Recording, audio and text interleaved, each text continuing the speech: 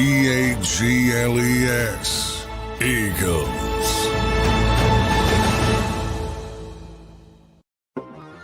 Hey, what is up? Hump Day, Wednesday, December 13th, hanging out with you. Sports Take, JAKIB Sports YouTube Network. Rob Ellis, Tony Shields. Tone, nice lid, man. I like that. That nope. Hey, actually, I had it for a while, man. I just I break it out every now and again. The color's tan, so I don't want to overwear it. You know what I mean? Yeah, oh yeah. But I appreciate it, man. I like it a lot. It's it really compliments my eyes. Welcome in, everybody. What is up? What is up, Tyler? Tyler, always appreciate you being first, ready to roll, man, too. Let me give you a little shout out, little props. Tyler, appreciate it. Chuck, M. Reyes, Sean, Father Sean, ARS Bench, Daniel Berry Sports, it's Joho, Minecraft. Good to see all you guys, man. Appreciate all you hanging with us as you do each and every day. It's been an interesting week. It's been an interesting couple of weeks, right? In a lot of ways. When you think about it, you know, for what's going on here with the Eagles, you know, so yesterday Nick Sirianni meets with the media, and he's asked if there's going to be any, not necessarily, when I say changes, I don't mean personnel, like someone's going to get fired or whatever, but any responsibilities are going to change. And he said no. So I'm going to start with that. I think that's the absolute right move. I think it's a panic move if you do anything else. I think what it is more than anything else is, hey, I believe in these guys. We know the last couple of games have not gone well. We understand that. We know things have to change. But I'm gonna stick with my guys that we believed enough in to hire, and we roll. What do you think about the decision to kind of keep things the way they are, standard quo? Yeah, status quo. It's funny. I actually agree with you. Here's the thing. What are your other options? Nick Sirianni calling the plays. We know what that looks like. So, I mean, you're right. Basically, if you make that move, it's a sign of panic, and it's a means to no end. So, I'm not mad at him coming out and making that clear. The fact of the matter is, guys have to be better. You know, you can't just keep, you know, trying to plug a hole and think that another hole won't appear. The bottom line is, guys have to be better. We're not going to. There's no hiding from this. Brian Johnson can't hide from this. Nick Sirianni can't hide from this, because again, at the end of the day, this is Nick Sirianni's game planning. This is his game plan, Eagles fans. We got to make sure we lock that in our minds. This is Nick Sirianni's game plan. So, what's happening is Nick Sirianni and the entire group, but mainly Nick Sirianni, they come up with the game plan. He gives Brian Johnson a loaded deck of plays. And at that point, Brian Johnson is responsible for the execution of those plays, or the calling of those plays on game day, and the players are responsible for executing said plays. Now, could we get on Brian Johnson for sequencing? Maybe. But here's the thing, though, right? I was talking to John McMullen last night on Football 24/7. We do that show about 3 times a week at 6:30 p.m. Eastern time. Make sure you guys be on the lookout for that. Typically, it's Tuesdays, Fridays, and Saturdays, typically. So we were talking about the play calling, right? And John said something really interesting. And as much as it pained me, I had to agree with him. In reality, we're not really judging play calling. We're judging play results. Yep. And the fact of the matter is, when these guys line up on the line of scrimmage before the play is called, we have no idea what they're doing. We have no idea what their goal is, what they're trying to do. We're always reacting to what the result is. And he said there are many times where a coach can dial perfect play and everything's executed perfectly, but then one guy misses his block, and then quarterbacks get sacked, or a quarterback's forced off his spot, or whatever may have you. Or a situation where you may not call the best play, but you have a playmaking quarterback like a Jalen Hurts, and then you get a play like the touchdown to Olamide Zaccheaus in the Buffalo Bills game. So there's so many nuances, so many variables that go into how a play is executed and what the result actually is. You know, it's funny. I try to curb my fandom and be as objective as possible. And obviously the first 2 days, Monday and Tuesday on this show, you and I have been very vocal about our displeasure with what we've been seeing. And talking to John, you know, I love talking to John because he always grounds me a little bit. You know what I mean? And the fact of the matter is, he's right. We're judging the play results, and because we're not pleased with the results, now we're looking for somewhere to point the finger. So back to the original question or the original point, I'm not mad with Nick Sirianni saying that he's going to keep things as they are in terms of the play calling duties and so on and so forth, because at the end of the day, where are you going to go to? Guys have to be better. Guys have to execute better. Also, on top of that, coaches have to have a better feel for certain situations. So again, what are his other options? Yeah, I mean, I hear people throw Frank Reich out there. So a couple things on Frank Reich. One, he's been fired from his last 2 jobs. No disrespect. He did a great job for the Eagles in 2017, but he's been fired from the Colts. He's been fired from the Panthers. Now, you could say poorly managed teams, but Jim Irsay's, a buffoon. Yeah, I got you. Shane Steichen's doing a pretty good job there with all the obstacles he's got to deal with. For now. Just saying. And 2, the guy hasn't been in the building all year, and you're going to drop him into the building now after 13 games. I just think it's too much. If you want to use him as a consultant, by all means. I mean, I'm all in favor of as much data that you can gather and trusted voices that you can have. I think that's great. And we don't even know that that's not happening. It may be. But the calls for that to change. And the other thing is, Sirianni stepped away from the play calling for a reason. He wanted to be able to coach the entire team, manage the entire team. So what happens now? You have a defense that's a disaster. Do we want him not even keeping an eye on that because he's so consumed with play calling? I don't. I would rather he stay in that role. I get back. I'll just stay on the offensive thing. And I'm going to give you some numbers that are just staggering here. But I think there's too much talent there. There's too much ability. And you have guys like Hurts who aren't going to let this continue to go on, at least in my opinion. I think the offense is going to get its act together. So I think it's the right thing to keep everything in place. I wouldn't know what you do on defense. I mean, if people are actually calling for Desai to not call the defense or be the defensive coordinator, I mean, it's just a panic move. It's not what you do. It's not what good organizations do. You might look at things at the end of the season, assess them, and say, you know what, we're not pleased with this. We're going to move on. But you don't do it now. It's a tough stretch, and this is one of the things we are going to do later in the show is kind of take some deep, telescope kind of perspective at a 10-3 team. But go ahead, you want to make another point? Yeah. It's you're right. It's just not something you do. Look, we're not the Colts, right? Or we're not the Raiders, where you just fire a coach on a whim, right? Or the Panthers. In fairness to Frank Reich, there are some guys who are just better suited to be coordinators. You know what I mean? Yeah. Dan Quinn, perfect example. He was the head coach in Atlanta for a handful of years. He was not a good head coach, but you see the impact he has on the defensive side of things with the Dallas Cowboys. Another guy, for example, I'm trying to think. There are other coaches.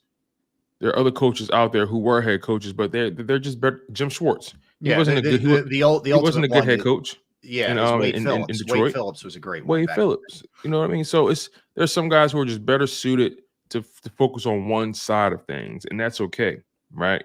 That doesn't make you a bad coach in totality. It's just that, some people aren't suited for certain responsibilities, and that's okay. But yeah, to think you're just going to drop this new voice into the building when things are kind of going haywire right now, that's that's counterintuitive and counterproductive. Yeah. They need to take care of what's going on inside their own home before they think about bringing in somebody else to give an opinion about what they need to fix. The fact of the matter is, everyone has to be better at their roles. Everyone has to be better at their jobs. Yeah. Players have to be better. See, this is where they are now, right? It's so funny where the conversations that we're having about a 10-3 team is so fascinating because they don't look like a 10-3 team. And, again, speaking to John last night, he said something interesting. He says, look, every team has that moment in the season.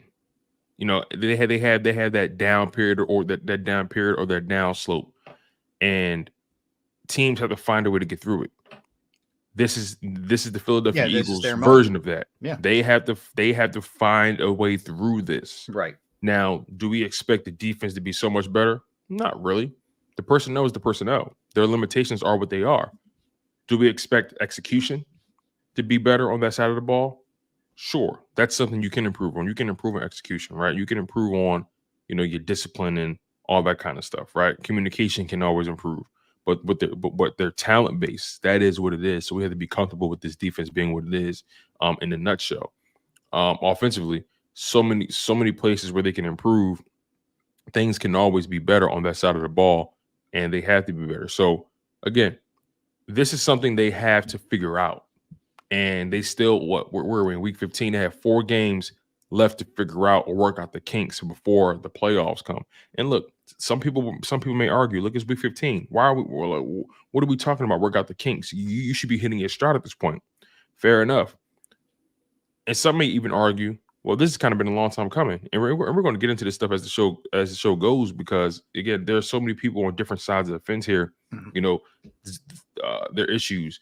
This has been compounding. We've just been ignoring it because of the wins. Some people say, well, they've been winning games. Every team has that downward slope. They just got to crawl out of it and figure out what's what. So there's so many different perspectives about what's going wrong with the Philadelphia Eagles. And I don't think anyone's necessarily wrong. I think it just falls back on the team to say, look, we know who we are. We know what we're capable of. We know the standard we're trying to set and maintain in this building. We need to get back to the basics, get back to doing what we do well, trusting each other, trusting the work that we've already put in, and then putting out there a great product on the field to yield great results. Yeah. So, all right, let's dig into the offense here a little bit here. Again, I wouldn't make the changes, but it doesn't mean that things don't need to change. 0 times this year they've scored 20 points or more. They haven't gotten above the 20-point mark in the first half this year. This speaks to the terrible starts from this team. With all that said, they're 8th in scoring, they're 13th in passing, and they're 8th in rushing. Now, those numbers on face are not bad, but we know it's trending the wrong way of late. So 32 points scored the last 2 games, which is, horrible, 16 points per game. Hurts, second worst QB rank on first down. So they're not putting themselves in second and third and shorts. Hurts is tied for the 3rd most turnovers by a quarterback with 15. He's got 15 turnovers himself, and the team only has 15 takeaways. They have 19 total. So they're -4, on the takeaway giveaway. They've averaged 6.3 points per game last 3 in the first half. So drilling down into why that's the case, why they've started so slowly, and trying to figure out what's going on. Now, one of the things is when you have a first drive and you're going all the way down the field and the play calling looks crisp and Jalen coughs it up at the 20-yard line, that's one of the reasons. I mean, the turnovers, to me, if you really want to dig in on something, I think probably are the biggest issue with this team on the offensive side. I think on the defensive side, and we'll get into defense, it's 3rd down, but 15 turnovers are killers. You had Jalen fumble, A.J. Brown fumble, and Devontae fumble, and I believe they were all inside the 20 or 30-yard line where you were going in to either get 7 or 3. So right there, it's a drive staller, it's a repellent of points, and it's a momentum killer. And you get into the here we go again mode. So I think there's no greater example than Sunday's game against the Cowboys, where the play calling actually looked good on that first series, and then Jalen coughs it up. It's a big problem. Yeah. When you saw that happen, it kind of sucked the air out of the out of the basketball, for the Philadelphia Eagles. It seemed like since that moment they couldn't get right, and adversity is going to come. It happens. It's part of the game. You got to respond though, and I think this team is I think the struggles just throughout the season and the slow starts, I think it's weighing on them. I think they look at themselves and say, we're way better than this. What the hell is going on?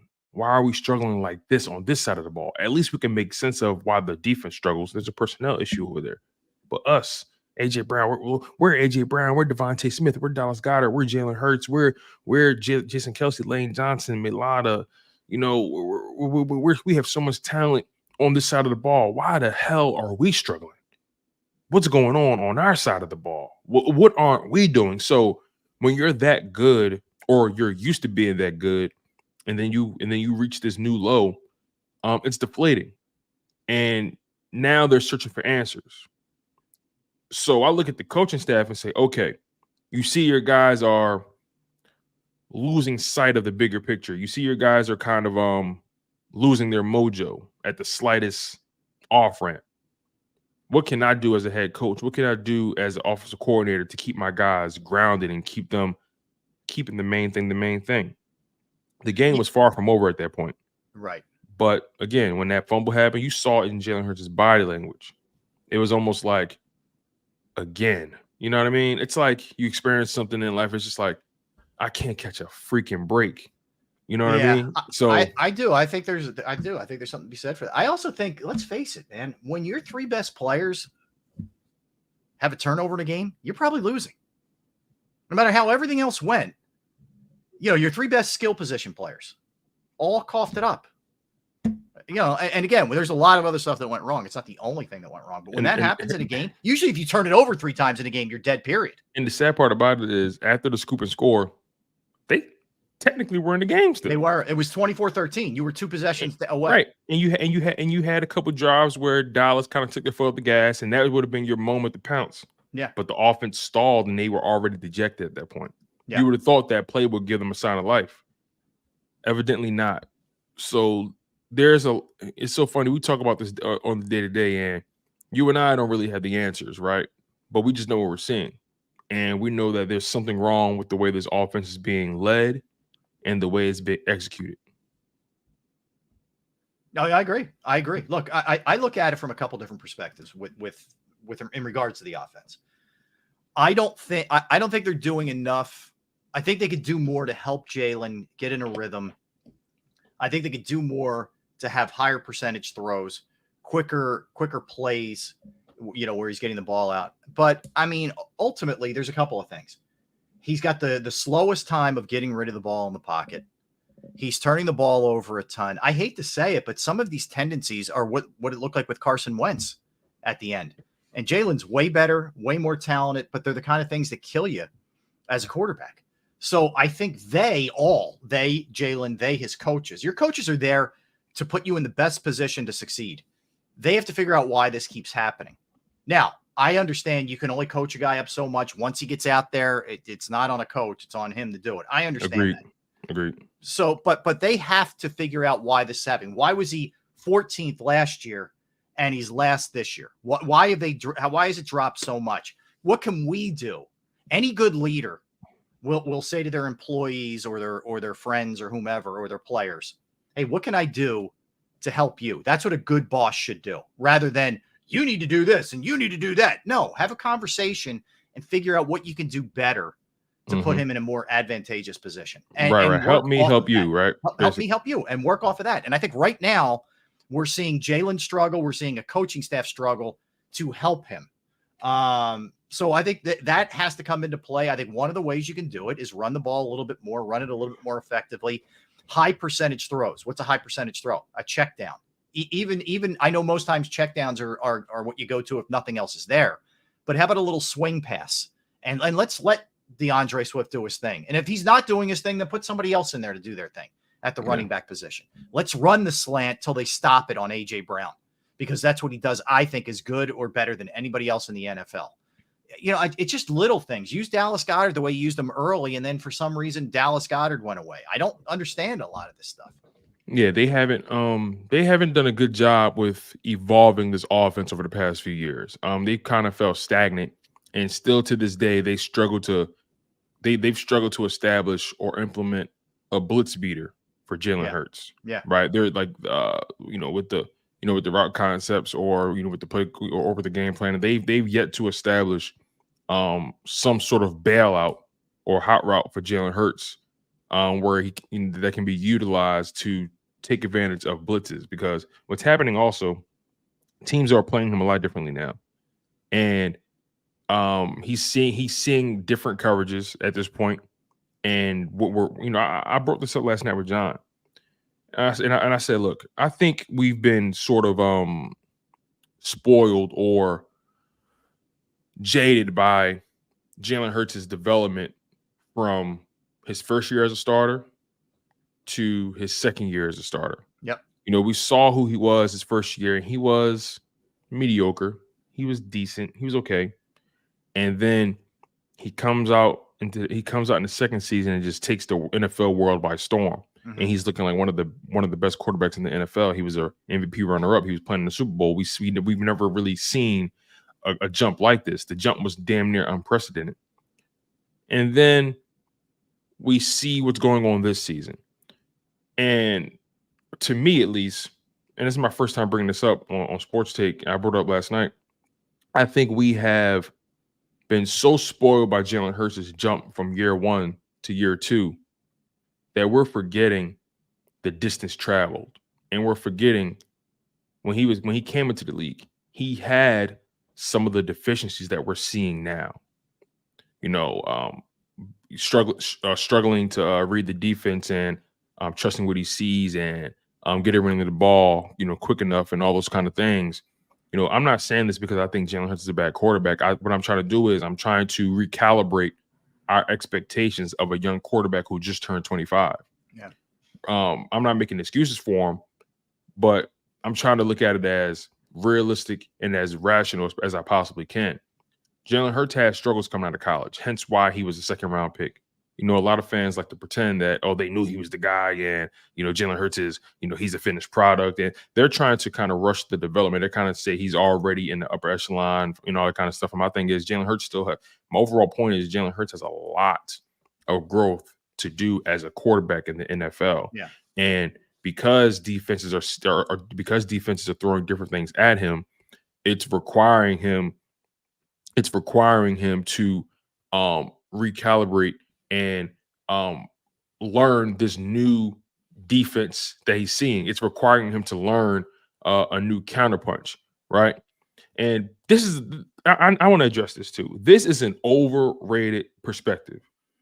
Brian Johnson, about the one that's up there right now, yes, from Bobby yes, Murphy. All right, yes. Can Brian Johnson know Jalen his whole life and not know his strengths and weaknesses makes no sense to me. You guys are overrating that whole narrative. Like that narrative means nothing, on the football field. The fact of the matter is, his dad coached Brian Johnson in high school. Brian Johnson wasn't learning Jalen Hurts' strengths and weaknesses as a damn toddler. What are we talking about here? You know what I mean? Brian Johnson wasn't working with him in high school. He wasn't paying attention to his strengths and weaknesses.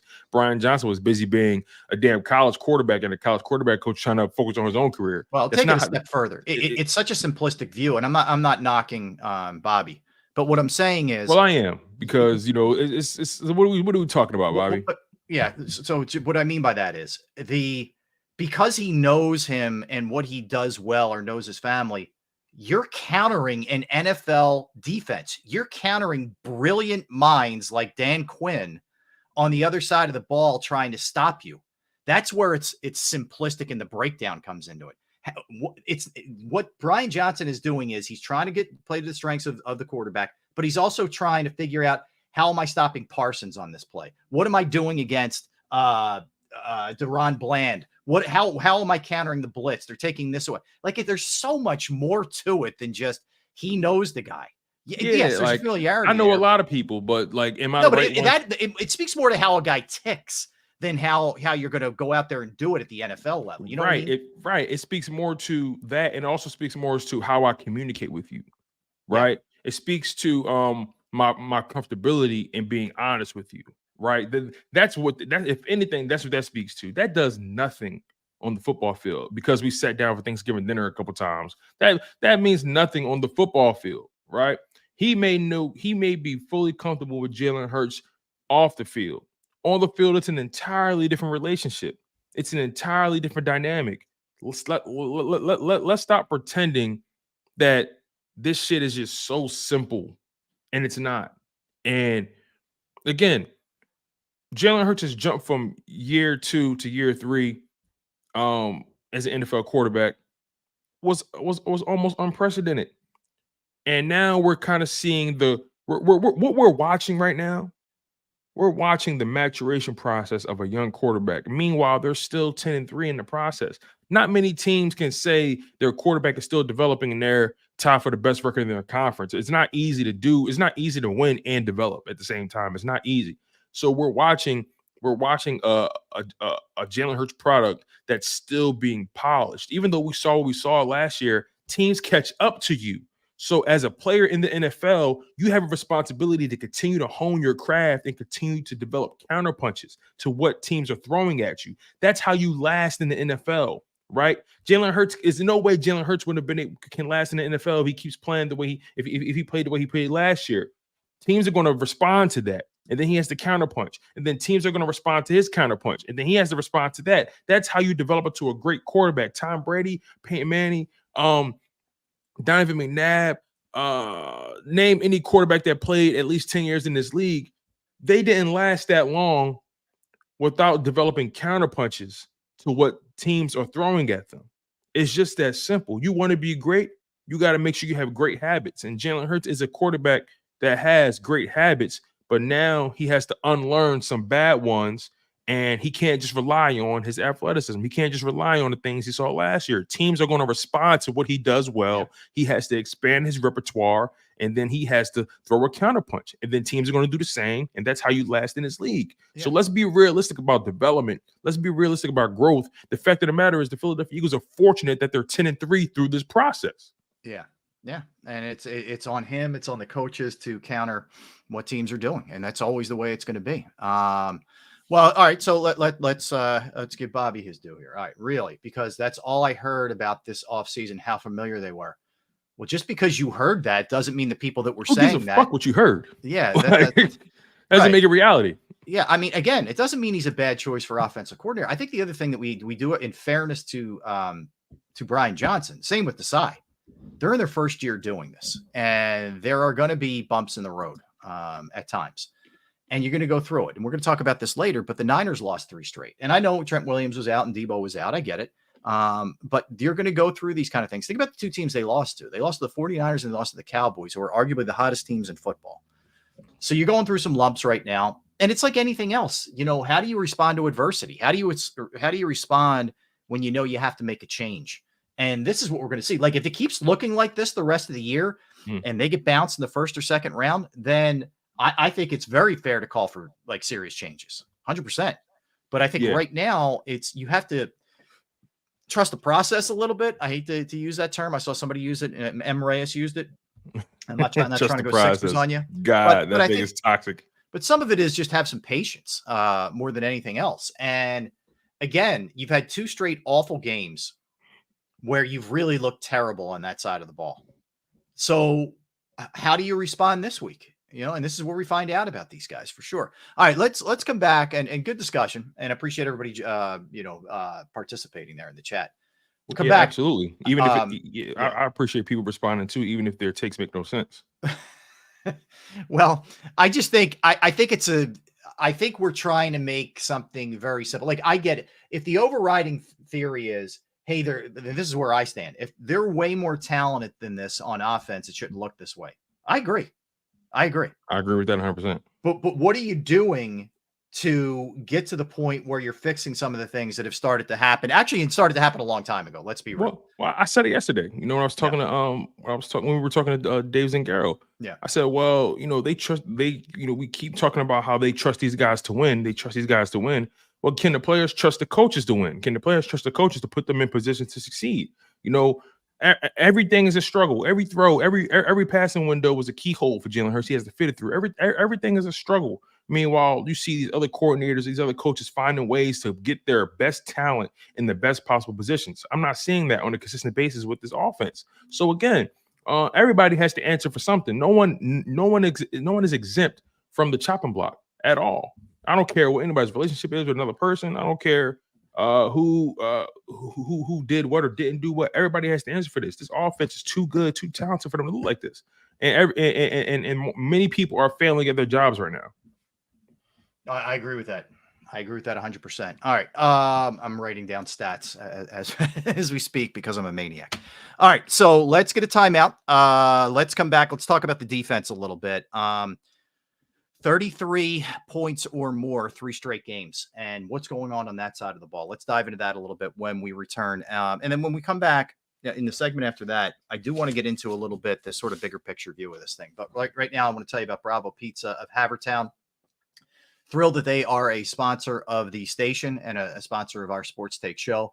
I've been going there since 1985. They've been family owned since that time. They're open 7 days a week. They have 20 different styles of pizza daily. They have slices to go. They have the upside down, which is my favorite, but they have the specialized pizza, however you like it. Not just pizza, though. You want other options, they have it. Fresh pasta, sandwiches, wraps, wings, salads.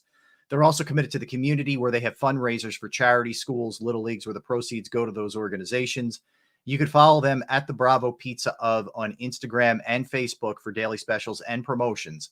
They're located at 1305 Westchester Pike, Manoa Shopping Center in Havertown, Pennsylvania. 1305 Westchester Pike, Manoa Shopping Center, Havertown. Give them a call right now, 610-446-3810, 610-446-3810, Bravo Pizza of Havertown.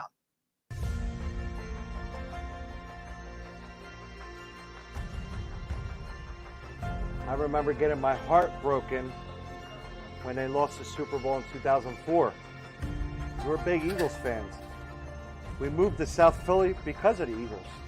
When they won, we went straight to Broad Street, and everybody was going nuts over there, and it was just a memory that you'll never forget.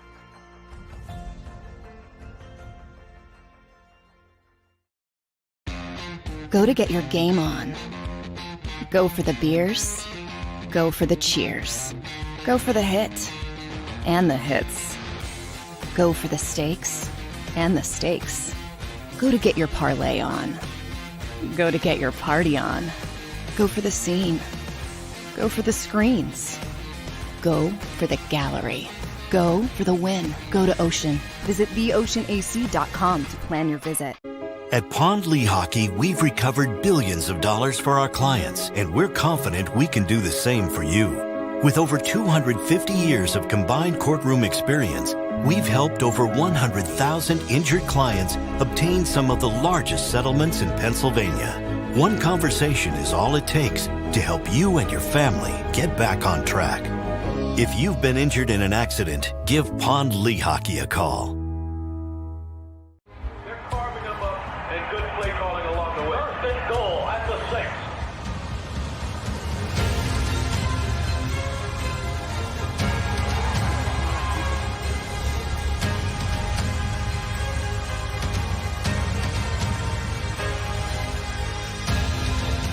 Field of life, First Trust Bank is there for you. Champions on three. 1, 2, 3. Because Philadelphia dreams deserve a Philadelphia bank.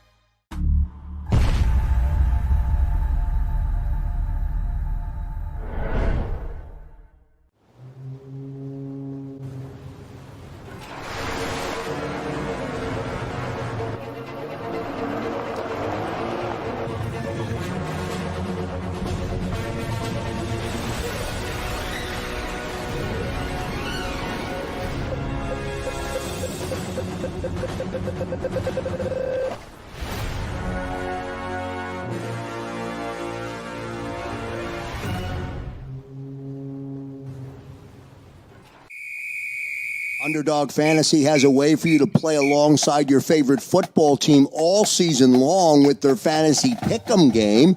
You pick between 2 to 5 players, select whether they'll go higher or lower on one of their stats, then do what you usually do on a Sunday, watch the games.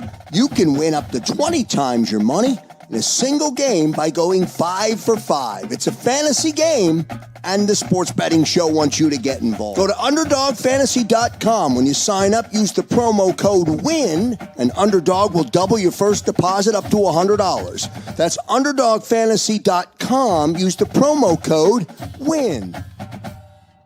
Do you stream on a Roku, Fire Stick, Google TV, or Apple TV? Now you can watch 6ABC 24/7 with the 6ABC Philadelphia streaming app. And the big story on Action News? Search 6ABC Philadelphia and start streaming today.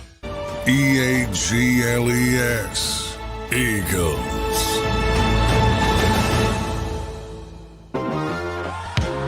Hey, what's going on, guys? How we doing? Hope everybody's doing well out there. That is Tony Shields. I'm Rob Ellis, hanging out with you on this Wednesday as we, it's funny as we talk about a lot, Wednesday's generally the turn day. Look ahead. Mm-hmm. I don't think any of us are ready for that yet. I don't think any of us are in full-blown Seattle mode. I feel like tomorrow we start to do that. Today we're still... I mean, are you ready to move on? I'm still. I think I'm still trying to that figure out first what's segment going was on. I think that first segment was a slow pivot. The first 2 days we were just gutting the house at the studs. You know what I mean? I think today now we're trying to lay down a reasonable foundation. We're trying to, essentially look at it from the perspective of, okay, we done ripped it as much as we possibly can rip it. Now let's really look at it without emotion. Let's look at it with objective eyes and try to be rational and try to salvage this thing. And then we're going to start to really get to the other side of the mountain and say, all right, how can we apply what we just mentioned to the next opponent? Yeah. All right. So Sean Desai speaking today says the bright spot is we've been there, meaning that defense has played well in the past. The last 2 games were not at our standard, and we need to get back to what was working. All right. And I'll pass along, more of the things that he's saying as we go on here because it's literally coming down live. Anyway. All right. So let's stay on the defense for a minute. 33. I was wrestling with the dog earlier and I have dog hair on me now. So that's shame on me. Okay. Oh, you're never too old to wrestle with the dog, right? I'm telling you, man. Jeez. All right. So 33 points, 3 straight games, 33 or more. They're averaging 36 points per game in the last 3. So last 2 games, 75 points allowed. Season is, look, this is not, again, I'll go with what Sean Desai is saying. It's not up to their standard. They're 28th in points allowed. Okay. They're 28th against the pass. Terrible. Okay.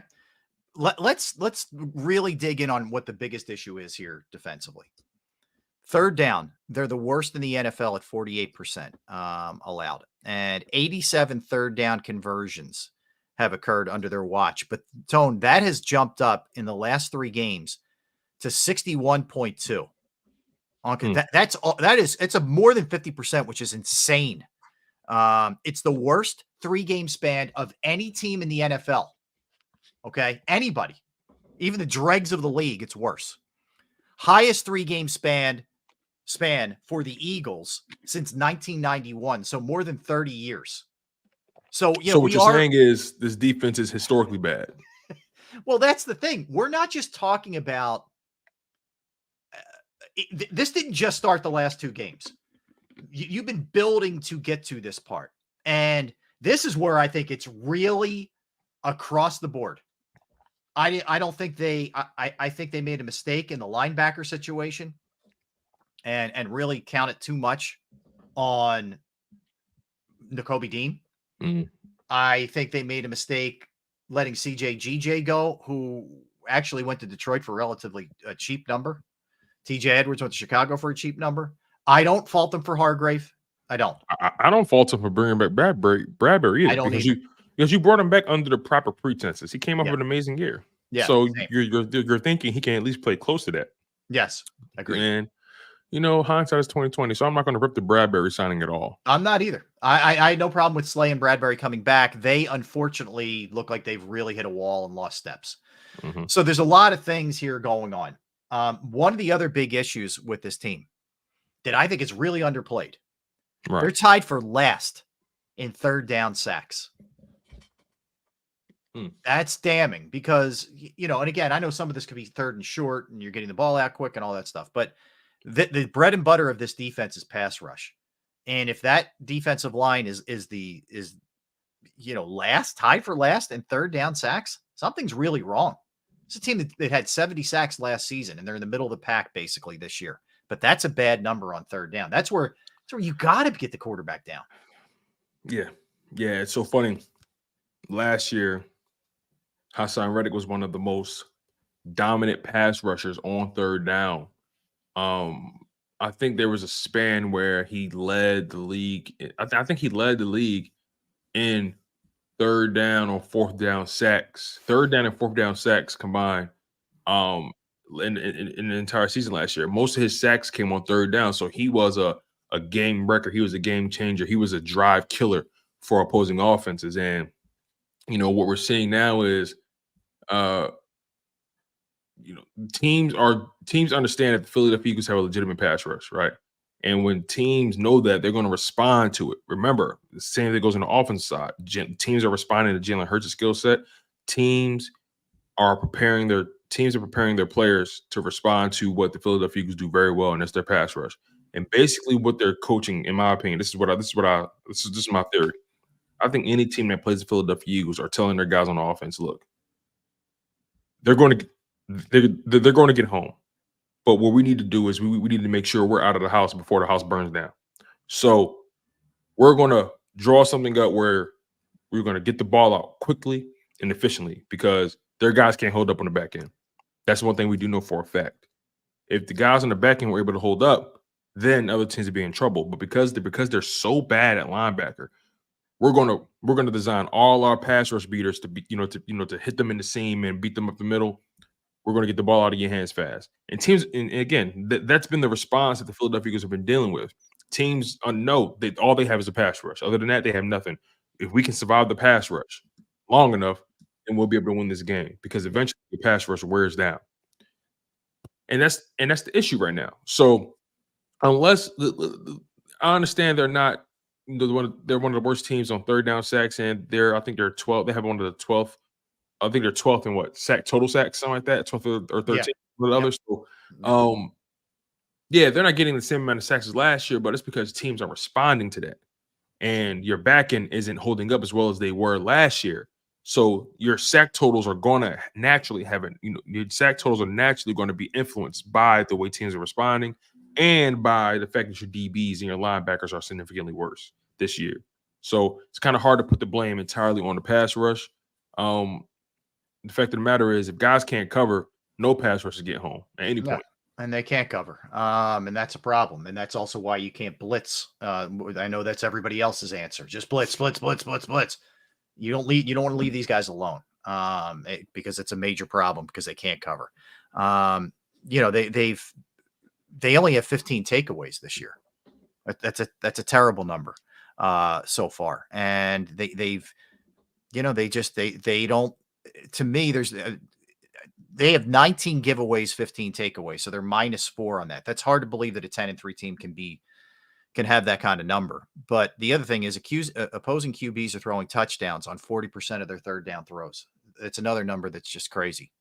So it's I don't know. I don't understand what's going on here, why it's this bad, why it's fallen off to this degree. Again, you're not as talented as you were last year on the defensive side, but it shouldn't look this extreme. So there is definitely something going on here. And, the other thing is, I think we talked about this yesterday. I'm tired of hearing about how tired they are. Especially the young guys. I'm over that.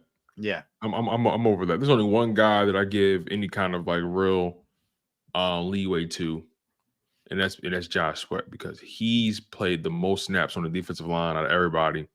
And he's the only one that's eclipsed his snap totals from the previous year. He's playing. Let me make sure I have this number right. Yeah, I think he's played the most snaps in his career this season, and it's only been 13 games. So when I look at Josh Sweat's snap count, right? Okay, through his career, prior to this season, his highest snap total came in 2021. And he has 655 snaps. In 2022, they managed to cut those snap totals down from 655 in 2021 to 587. So they were able to knock off almost 70 snaps from his total. That tells me they had a better rotation, and they had more depth in comparison to 2021 and 2022. And in 2023, snap totals jumped from 587 to 676. He's at a career high in snap totals. He's at a career high in defensive snap percentage. Prior to this season, his highest percentage of the defensive snaps was 62% through 16 games played. Now, his snap totals in 2023, through 13 games, he's accounting for 76% of the defensive snaps. That's a 14% increase from his career high in 2021. If you want to compare it to last season, that's a 20% increase from 2022 to 2023. Josh Sweat has nearly played 100 more snaps this season in 13 games than he has in 16 games. Josh Sweat has no one behind him. Josh Sweat is literally hanging on by a thread. Yeah, and he's got 1 sack in 6 games. In 1 sack in 6 games. Yeah. And also, really quickly, Rob, to give a little bit more leeway to Josh Sweat, he's always had the tougher matchup because Josh Sweat's responsibility is the left tackle. Yeah. And the left tackle was always the harder matchup. He's had to go up against Tyron Smith and Trent Williams in back-to-back weeks. Yeah. That can kick your ass. Yeah, it can. It can. And that's part of the reason you also have to understand who they've been playing lately. They're not taking the ball away, as I mentioned. They're 31st in interceptions. They're 20th in takeaways in general. So, sometimes what happens is even if you get beat on a play or your offensive or your defensive line doesn't get home, you get that timely takeaway and it changes everything. Just look at the way it's been working the opposite way against them. That's a problem. CJGJ had 6 interceptions, 6 or 7 interceptions. I think it was 6 last year for them. Him by himself. Yeah, 6. Yeah, Todd the league leader. Yep. Right. I think he had more last year than they have as a team. I'll pull up the exact stat for you because I was looking at it a little bit earlier. It was tweeted out. It was good, very good number tweeted out earlier by Jeff McClain. So defense has 6 interceptions this year through 13 games. Ex-Eagle safety CJ Gardner-Johnson through 9 games last year had 6 himself. Think about that. So he had 6 interceptions himself through 9 games. And they only have 6 as a team through 13. That's crazy. It's embarrassing, honestly. I mean, if you ask me, these guys aren't. See, sometimes turnovers can be fickle, right? But you can also teach guys to attack the ball, right? But also, they're not even in a position to attack the ball because they're constantly being put on their heels. You know what I mean? So it's like, damn, like, yeah, they're not getting the interceptions, but when you take it a step further from that, they're having a hard time even covering. So you can't get an interception if you can't even freaking cover. Mm-hmm. So, I mean, it's almost like what came first, chicken or the egg. You don't know how to attack it first, but if they need to focus on covering first before anything. They need to focus on getting up the field on 3rd down before worrying about before taking risk on interceptions, if you ask 100%. me. Yeah, no, 100%. Look, there's foundational things that aren't happening right now for this team. And you have to, I mean, their biggest problem is the 3rd down issue because, if you look at it and they're the worst in the league right now, there's such a trickle down effect to that. Not getting off the field on 3rd down means your defense stays out there, your defense wears down. Likely the other team's going to score because they're moving the ball down the field and converting 3rd downs. It keeps your offense off the field. Exactly. And they're not able to do anything. So, there's a lot of bad things that come as a result of being that poor on 3rd down. And that's, if you're Sean Desai and you're going, and the other defensive coaches and Nick Sirianni for that matter, and you're going back to the drawing board this week, there's a lot of things on the pyramid that you have to fix. The first thing that has to be fixed is the 3rd down, deficiencies, not efficiencies, deficiencies. Exactly. Period. Exactly. I mean, that's the first thing you have to fix. If you don't fix that, you're not, I'm telling you, Tone, if that doesn't get corrected, they're headed for a 1st or 2nd round ouster. They are. They're going to lose early. It's not going to get to the NFC Championship game or Super Bowl. It'll happen before that. It's funny, right? When I really look at the Eagles coaching situation, because, we were talking about certain things are just lacking, right? Just attention to detail and positioning and so on and so forth. The Philadelphia Eagles, they lost John Gannon, right? They replaced him with Sean Desai. Yep. They lost Denard Wilson. He went to the Ravens, and they replaced him with DK McDonald. Denard Wilson was up for the DC job. Right, he was, and he wasn't going to come back for anything less, so he left. Correct. Yeah. So I think he became the DC in Baltimore. Is that where he is? Is he the D-backs coach over there? He's coaching there. He left when he didn't get that gig. They wanted him to stay on allegedly, and he left when he didn't get that gig. Right. And okay, so he's the defensive back coach in Baltimore. and he was the D-back. He was the D-backs coach in Philly last year, right? Yep. So he has those guys in Baltimore playing out of their minds right now.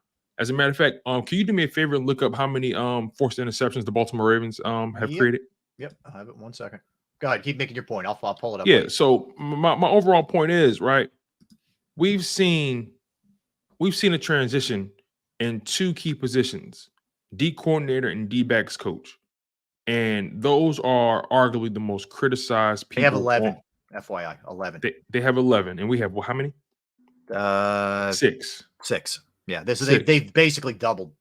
They basically have doubled their interceptions, right? So as much as we talk about the D coordinator, I also have to look at the D-backs coach. Okay, what is DK McDonald and Geno Stone has 6 by himself, their safety. Geno Stone? FYI.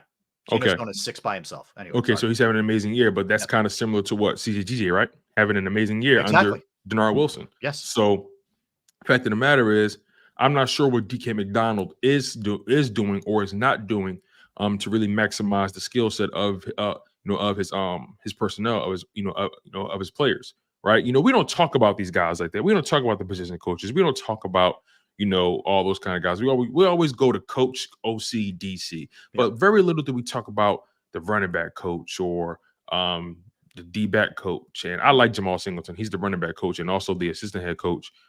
Jeff Stoutland is the run game coordinator. Kevin Patullo, the passing game coordinator, the associate head coach. We're not talking about Kevin Patullo enough, right, in this situation. He's the passing game coordinator, right? So what isn't Kevin Patullo doing? What message isn't he conveying to Jalen Hurts?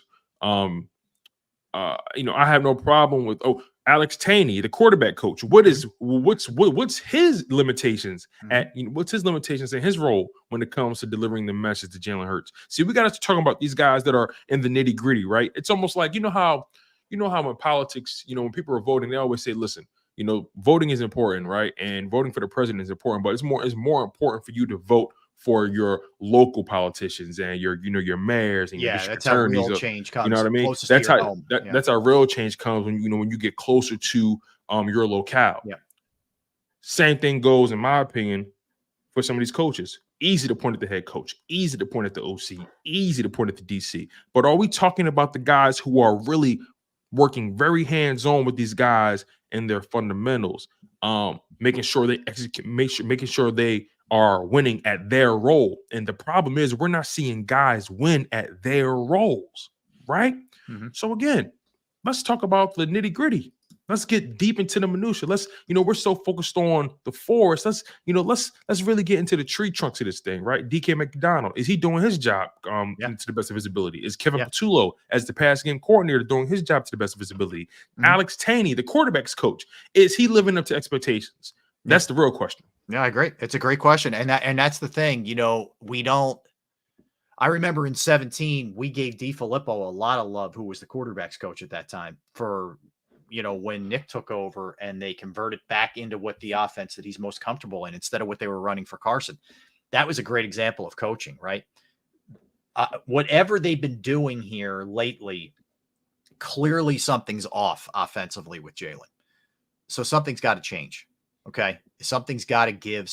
You have got to change things up as a coaching staff and not just hope that it's going to get better, or not just say, hey, we played Dallas and San Fran. You know what? I watched Seattle, who the Eagles are playing next, move the ball up and down the field against Dallas, play pretty close football with San Fran last week, right? I mean, they put up 35 against Dallas on Thanksgiving.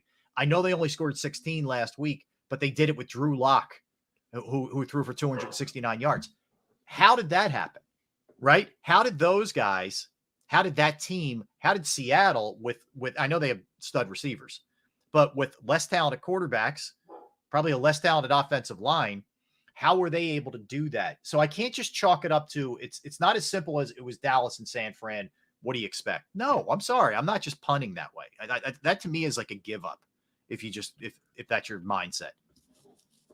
Yeah, I agree with you. I was looking deep on Alex Taney's credentials, right? The quarterback coach, and he was here for 3 seasons. He's been here for 3 years, entered his 3rd year. Prior to becoming a quarterback coach, he was the assistant quarterback coach, so and also an offensive assistant. So it's not like Jalen Hurts doesn't know who he is.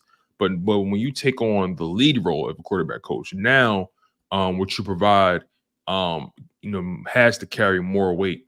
So, look, man, I don't know if Alex Taney is. You see, this is kind of similar to what we saw with Carson Wentz a little bit, right? After John DeFilippo left, we saw they took a hit. Yeah, when DeFilippo and Reich left, they took a hit. Right here. But here's the scary part about it. Brian Johnson and Alex Taney are still in the building. They were his quarterback coaches from the beginning. They're still here. Yeah. But who's not? Shane Steichen. So now it begs the question, who was really responsible for Jalen Hurts' growth? Was it Shane Steichen? We're questioning if Brian Johnson had anything to do with that at this point. Nick Sirianni, same thing. So, this is how you know we're really frustrated. We're digging so deep for answers. We're peeling back layers. We're getting into the every single guy on the coaching staff. Right. We're getting control of the coaches. Right. I'm sure you'll dig this. We're getting deep into the crawl space. Yeah. You know what I mean? We're looking for trading cards. It's not a place you want to be. Trust me. Exactly. So look, man, they're still above all else 10-3. Yeah. Regardless of everything we're saying, they're 10-3. They're not 3-10. Yeah. They're not 7-6. No. Well, you follow me?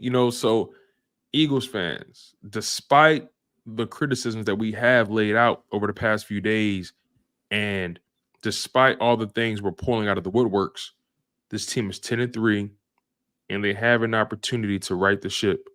And at best, we can hope for the number 1 seed. At worst, they're a wild card team. And if we want to fall in between that, they can hope for the 2nd seed, which is probably, a better path. I keep hearing the phrase from people, they control, like Nick said it, they control their own destiny. No, they don't. Not anymore. No, they don't control their own destiny. They control their own destiny. For the division, maybe. For the division. They don't control their own destiny with the 49ers. I mean, that's flat out wrong. If plain and simple, controlling your own destiny means if you win out, you get the number 1 seed. That's not the case. If the 49ers win out and the Eagles win out, the 49ers are the 1 seed. So, that's got to stop. I don't know where that's coming from. It's not the case. Yes, it is the case with the Cowboys. That there's no question about that. It is the case with the division, but it's not the case with the conference. All right. So you just set us up to hit something when we come back. They are 10-3. Are we overreacting a little bit to what we're seeing here? Or is it a case of you've been seeing this coming, this train's been coming down the track for a while, and we've been standing there hoping it was going to stop or, whatever, not be the case. So let's take a timeout. Let's come back and we'll get into the just perspective game when we come back. So don't go anywhere. That's Tone. I'm Rob. We are Sports Take. Let's talk about Jim Murray and Principal Financial Group, because knowing who to trust with your finances is paramount. And it took me a long time to find that right person. And I don't want you to have to go through that as well. For you, it could be retirement planning, could be 401k review, insurance review. If you have a small business, trying to get your employee benefits off the ground, that's another resource that Jim can help you with. Personally, I've entrusted my IRA, my 401k rollovers with Jim, and I couldn't be any happier. You will be too. Give him a call, 610-996-4751, 610-996-4751, or you could email him as well, Murray, MURRAY, .jim@principal.com. That's Murray.jim@principal.com.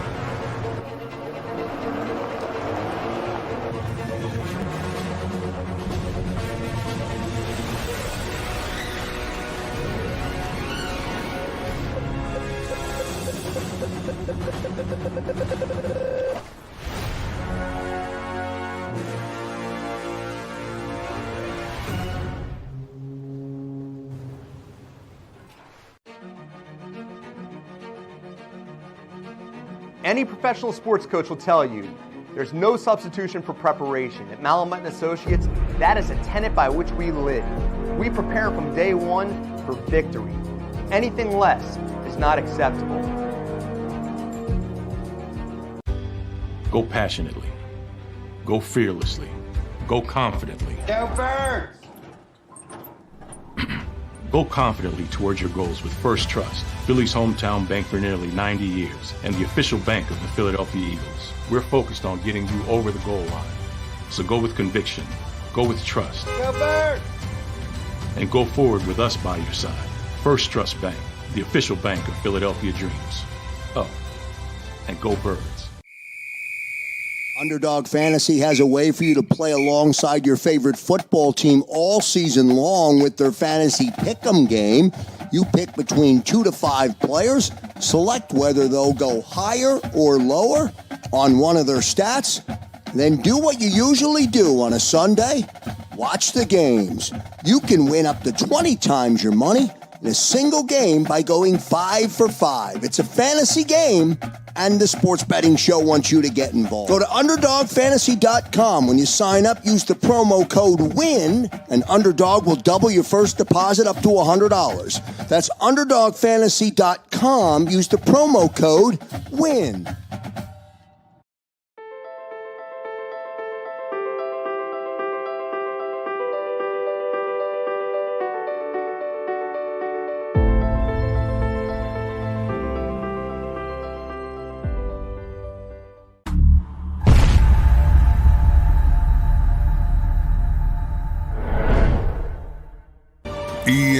EAGLES, Eagles.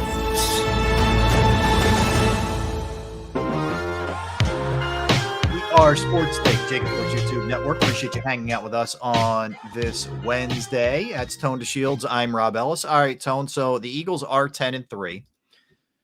And the question is, and this is going to sound very strange, are things that bad? Are things that bad? Now, I asked that for a couple of reasons. You look at the NFL and you look at the best records in the league. Okay, you have Baltimore at 10-3 in the AFC. They're the only team at 10-3. You have San Francisco, Dallas, and the Eagles. Okay, so there are 4 teams in this league that are 10-3. They are tied. The Eagles are for the best record in the league at 10-3. Hard thing to do in this league for sure. They're in the midst of a stretch of games in which, and I'm going to take it back before the bye, they have played Dallas, Kansas City, Buffalo, San Francisco, and Dallas again. And through that stretch, they're 3-2. Okay, they still have Seattle to kind of finish it off, right? Mm-hmm. So 3-2 during a stretch. They've lost to 2 10-3 teams.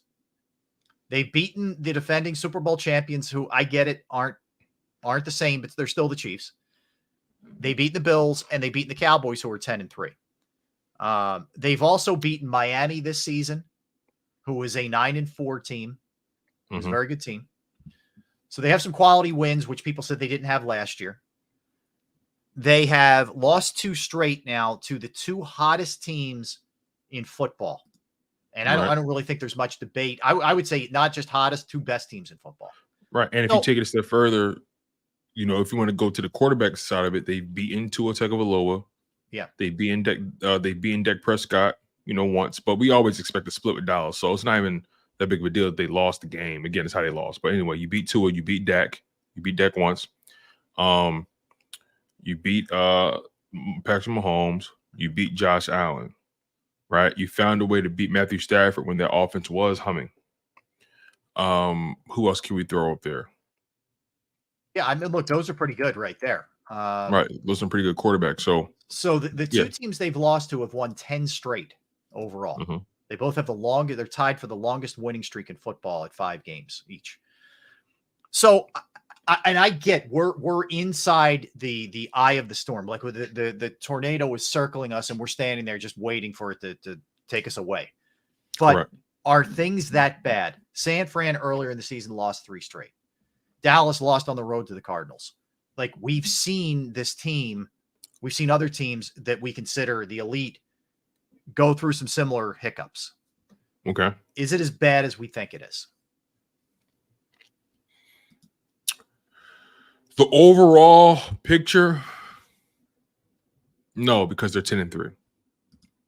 But when you start to peel back the layer and go beyond the 10-3, when you see, it's like driving down the street and you see this amazing house. It's like, wow, look at the fence, look at the lawn. It's perfectly manicured. Look at the paint. Wow, where did they import that paint from? What is? I never seen that colorway before.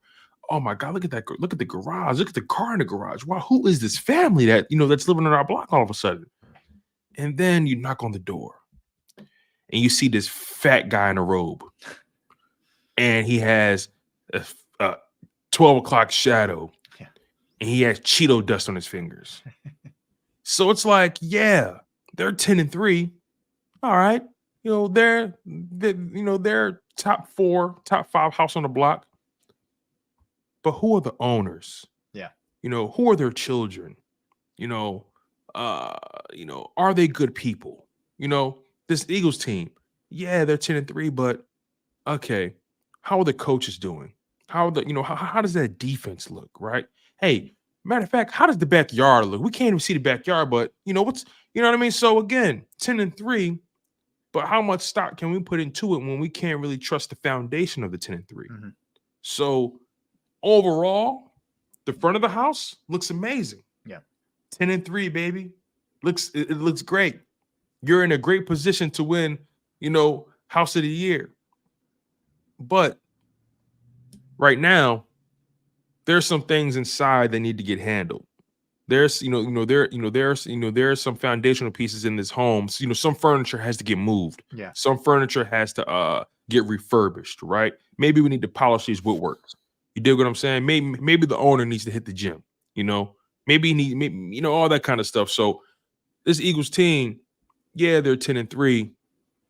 And are we overreacting? It's a possibility because, again, they're in the mix for the number 1 seed.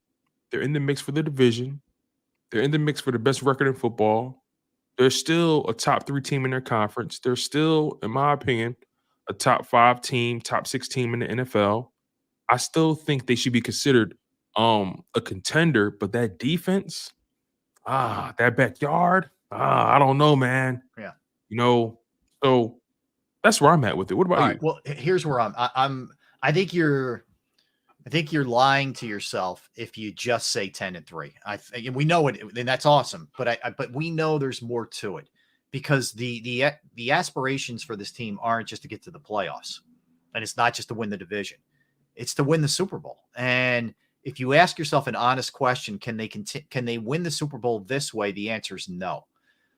The follow-up to that is you still have 4 games to fix it and get it well enough. Like, I don't think you're going to fix the defense, whatever that means, fix. I think you can make the defense serviceable and get the offense back to where it needs to be, where it should be a top 3 offense in football. And if you can do that, you can win a Super Bowl.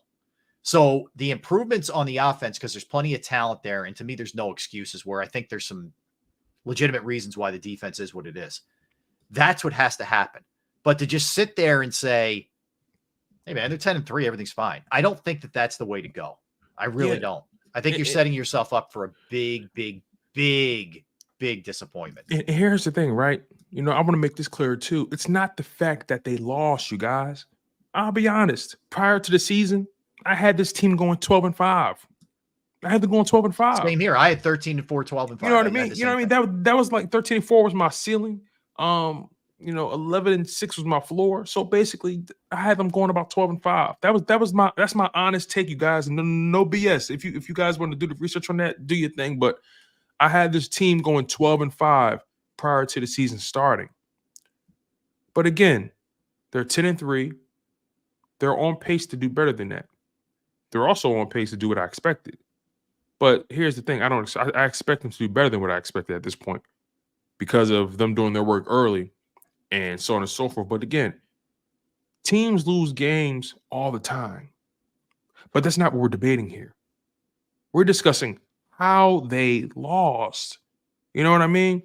My dad always said to me, son, you may have gotten the job done, but sometimes it's how you get it done. sometimes, sometimes the route is just as important as the destination. Mm-hmm. So, yeah, they're 10-3. They've made it to this point in their destination, but what's the route been? What's how have they trekked this path? And right now, this path has come with speed bumps, potholes. They've had to climb mountains. They've had to escape through valleys, and this has been a very up and down season. And even through so, they've been winning games, which are signs of a resilient and a good team. But now the chickens have come home to roost, and now this team is at a crossroads. How will they respond? Again, teams lose games all the time. Yeah.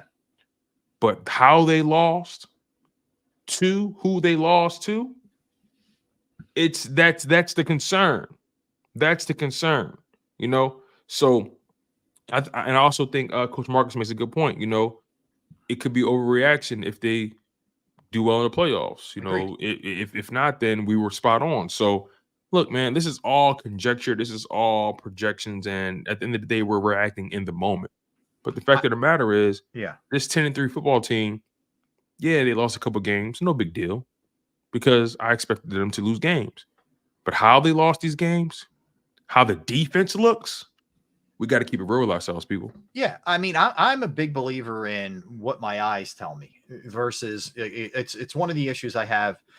I'm all for analytics, but analytics don't take into account circumstance. Like, I'll give you a baseball example. You could say, oh man, third time around the order, this starting pitcher, you got to get him out of here. He has a 5 ERA when that's the case. I'm sorry, man. If the guy's at like 50 pitches and he threw 6 innings and he's dealing, I don't want to take the guy out. I'll rather take my chances on the guy who's hot than somebody I'm bringing in cold from the bullpen. Go to the football. Agreed. Yeah, go to the football side of this thing.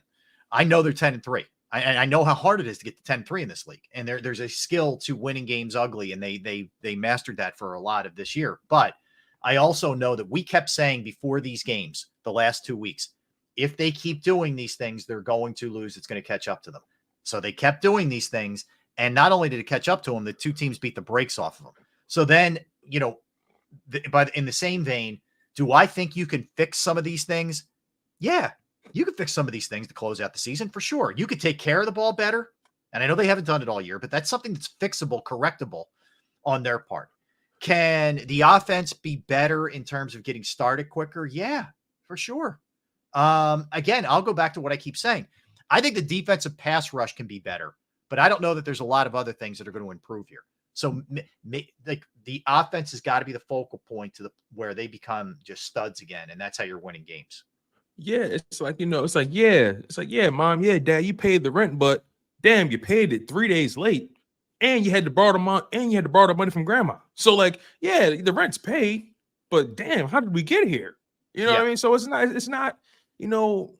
We have to be objective about this thing, man. We can't just always look at it as, hey, silver lining. Sometimes you gotta accept things for what they are, and when you do that, it's much easier to really get over it. Yeah, rather than continuing to lie to yourself. Well, and we're going to learn a lot about that. That's not healthy. We're going to learn a lot about if they can't come out of these 2 weeks with the manner in which they got beaten and make some adjustments, then we're going to know that there's major problems here. There's bigger problems than we anticipated, and here's what's going to happen. It's going to open up a lot of can of worms. So that what it's going to go back to is last year, they got to where they got to because they didn't have to play anybody, which is BS in my opinion. I mean, you beat the Niners because you knocked their guys out. You got to the Super Bowl and you lost by 3 points. I don't think that's the case. This is not my opinion. I'm just telling you, that's what we're going to hear from people. They didn't play anybody last year. You see, when they play a real schedule, this is what happens. And, this and that. By the way, they're tied for the first best record in football. But that's what people are going to say. I think losing the coordinators has played a big role. I think they lost some guys on the defensive side that have played a big role. And I think guys have underachieved. I don't think Jalen's playing as well as he played last year. Plain and simple. I think that comes into play. I think there's some guys on the defensive side who haven't been as good as they were last year. Bradbury, example. So I think it's a lot of different things that are coming into play. We're also going to find out about Nick's coaching chops. We all know that Nick is a relatable guy. They like playing for him. He's genuine. He wears his heart on his sleeve, and I think the players appreciate that. But now what I want to see is what fixes are you, the boss, going to make here to put your players in a better position?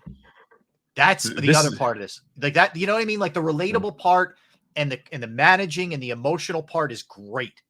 But this is where it calls for you, for the coach, the X's and O guy, to really figure something out. Yeah. Yeah. He's in a very unique situation right now, right? Your team is 10-3, yet they feel like they're 5-8. Yeah. You know, that's how they feel.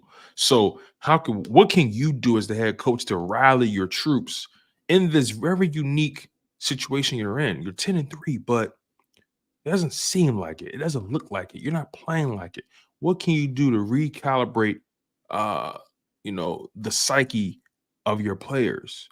What can you do to put things in perspective for them? Mm-hmm. Right? This is a moment where, especially when people are considering you predictable, who are you when people have figured out your best laid plans? Who are you when the audience has figured out, the old card trick isn't working anymore? Yeah. Right? Are you going to go back to the drawing board and come up with a new bit? Or who are you when that joke that you've been telling as a stand-up comedian isn't hitting anymore? Yeah. What You know material what I mean? are you coming up with? What material to come up with now? Right? How are you going to keep these guys interested in what they're doing? How can you keep the main thing with your guys? Right? Everybody got a role here, man. It's not just up to the players. Coaches have a job to do to make sure their players are on the straight and narrow, and also they're keeping their guys engaged. And these past 2 weeks, the Philadelphia Eagles have not looked engaged. And is the play call, is the game plan becoming stale for them? Like, do they not believe in what they're doing anymore? We will never know. This is all theory and all conjecture. Yeah, this is all in the locker room stuff that we're not going to have access to. Right, and we never will. But based on what we see, I know body language. You know what I mean? I know what it looks like when someone's not happy about what they're doing. Mm-hmm. I know what that looks like. Been there, done that. I know what it looks like when someone doesn't have the answers. On Sunday night, when I saw Nick Sirianni's face in those camera cuts, he looked like he had no answers. Yeah. I know what that looks like. Mm-hmm. So we're going to find out a lot about Nick Sirianni over these next few weeks. We're going to find out this Sunday is going to tell us this Monday night is going to tell us a lot about where he is. I promise you that. And this is part of the journey, like, to his credit, his first year, he turned around a team that won 4 games the year before and took them to the playoffs. Incredibly impressive. His second year, he took them all the way to the Super Bowl. But now he's being hit with some adversity. He's being hit with some things that he didn't get hit with the first 2 years. So how does he respond? And in turn, how do his coaches respond? Do you think this is tougher than the 2-5 start? I think it is. Oh, man. No, here's why I don't. Because Okay. I think with the 2-5 start, he was so unproven as a coach that doubt could have really crept in. At least he has the foundation of knowing, I'm a pretty good coach, man. We won 9 games my first year. We won 14 my second year. We've won 10 so far. I know how to do this. I get what your point is. I think that time when you're still unproven as he was in his first year is tough. That's fair. Yeah. That's fair. No, that makes sense. That makes sense. I can't dispute that whatsoever. I guess for me, I look at it from the perspective of, now your team is looking at you as, okay, you shot your load, coach. What else you got? I agree. I do think there's some of that. Like, I think after those 2 losses, that's where the play, even veterans, I'm talking like Kelsey guys who because at least back then they could say, well, we're a new team, young head coach, young quarterback. We expect some of this stuff to happen, right? Yeah. But now it's like, hold on, wait. We got these guys. We got AJ Brown, Devontae Smith. This offensive line is humming. We were just in the Super Bowl last year. Okay, coach, the things you've been telling us or teaching us, this stuff not working no more. What else do you got? Yeah. And this is where, what I'm comparing this to, like, when guys are they got their back against the wall in war, and they're like, listen, General, corporal, we're in the trenches right now. We got our back against the ball. We're surrounded. What's the answers here? I think that's fair. I think you're looking to your generals and you're saying, I don't know, man, it's looked pretty bad the last 2 games. Like, what do you got? Because clearly on both sides of that's the other part. We talked about this a lot the first 2 days of this week. I know we have, but just to reiterate, if the offense was humming, if they were just crushing and the defense was getting lit up, this would be a lot easier to just say, you gotta fix the defense, man. You can't, the offense is doing everything they can do, or vice versa. It's both sides of the ball. Really, the only people who are pulling their weight are the special teams right now, which is crazy considering how much we complained about them last year. So it's really like across the board with both units. You're not getting stops on third down. You're not converting on third down on offense. You're not scoring a lot of points. You're giving up a ton of points. You're not, we could go on and on and on. Jalen's not playing at his highest level, his capabilities. Your defensive line, which is supposed to be your best part of that defense, is not playing up to their capabilities. Everybody is off right now. They might be off. It might just mean a little push it that way, or it might mean we got to go all the way. I don't know which it is. A little tweak could go a long way, maybe. Right. It's funny. I kind of compare it to the old adage of it's better to have loved and lost than to not have loved at all. Right. In this case, in Nick Sirianni, is it better to have won and then lost, or to not have won at all? And that's where he's at right now. That 2-5 start, he didn't have anything yet. So is that easier to deal with rather than you've gained these guys' trust, you've gained all this equity with these guys, and now you're at risk of losing it? What's worse? What's scarier? Yeah. You know what I mean? So this is an important, every coach, every player goes through this fork in the road in their career. Totally. I think this is Nick Sirianni's fork in the road in his career. This final game, I think Monday night, I think Monday night can make or break the trajectory of this season and his career. What do you think? I think it's an enormous game, because if they lose this game to Seattle, I'm pretty sure, I know they're not winning they're not going to be the number 1 seed. And I think it's probably going to be Dallas winning, even though Dallas' schedule is very tough. Yeah, I don't know, man. I'm not ready to quite say that, but I will say it's a huge game for him. It is. It's a huge game for him. Because look, for a couple different reasons. I mean, they're also in danger of really falling out, off a cliff if you lose this thing, because I don't know that it would tell me they don't have the answers to be able to fix this. And by the way, this Seattle team is not great. They're okay, but they're not great, and they're not great defensively, and you should score points. I was looking at, and we'll get into them pretty heavy tomorrow.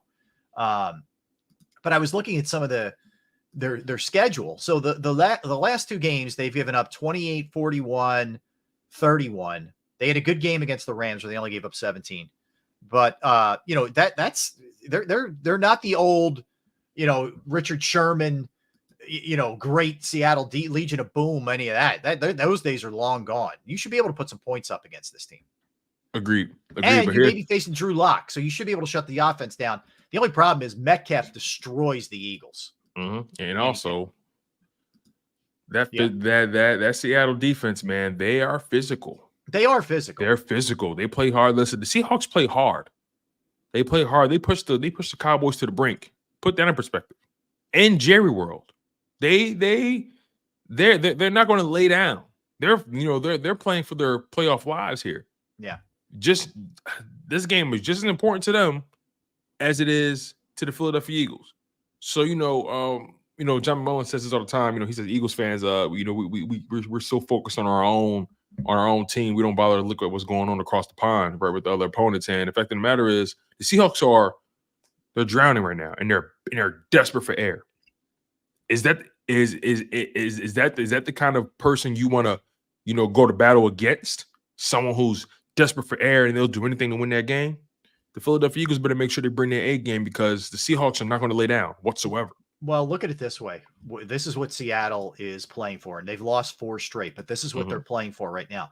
Even though they've lost 4 straight, they're not out of it. They're 6-7 right now. And you have Green Bay, who's the 7th seed. Green Bay would be in if the season ended. Green Bay is 6-7. The Rams are 6-7. Seattle 6-7. And then you have Atlanta and New Orleans all 6-7. So if you think about that group of the 6 and 7s, Green Bay's playing well, even though they lost Monday night. But the Rams, solid, okay. I think Seattle might be the best team of that lot. So they're not out of it, is my point. They could very easily, they're playing for their playoff lives. They can very easily, if they get on let's say they win 3 of their last 4 and they end up 10-7. I think it gets them in. 9-8 might get you in, but definitely 10-7 get you in. So Seattle's viewing this like, all right, let's stop the bleeding and let's go. So this is going to be a harder game, I think, that people think it's going to be. Eagles are 4-point favorites last time I checked. Wow. Which considering they haven't won there since 2008 is saying something. It tells you there's not a lot of belief, and it also means that they may not think Geno Smith's going to play. But at least in terms of the decision makers in Vegas, they don't have a whole lot of belief in the Seattle team. I can tell you that much. The Eagles on the road, man. That's a tough place to play. It's an uphill battle from this point forward, if you ask me, because they're fighting more than just the opponent. They're fighting themselves. They have to handle some things in-house. This Eagles team, they were born resilient. They have a lot of guys on that team that have been doubted. They've been cast by the wayside. They've had and they've lost, and they've had to reevaluate themselves and take their games to another levels. We've seen this team go through so many ups and downs over the past several years, and you would like to think that this is just another bump in the road that they're going to have to overcome. You would like to think that, and I believe that they're capable of redemption. I believe they are, but at the same time, this is a defense that has so many weaknesses. Yeah. How far can will and hope take you when there's just a clear-cut talent deficiency? How far? We're going to find out. I agree with you. All right, let's get a timeout. We'll come back. We're going to play a little buy-sell in the NFL.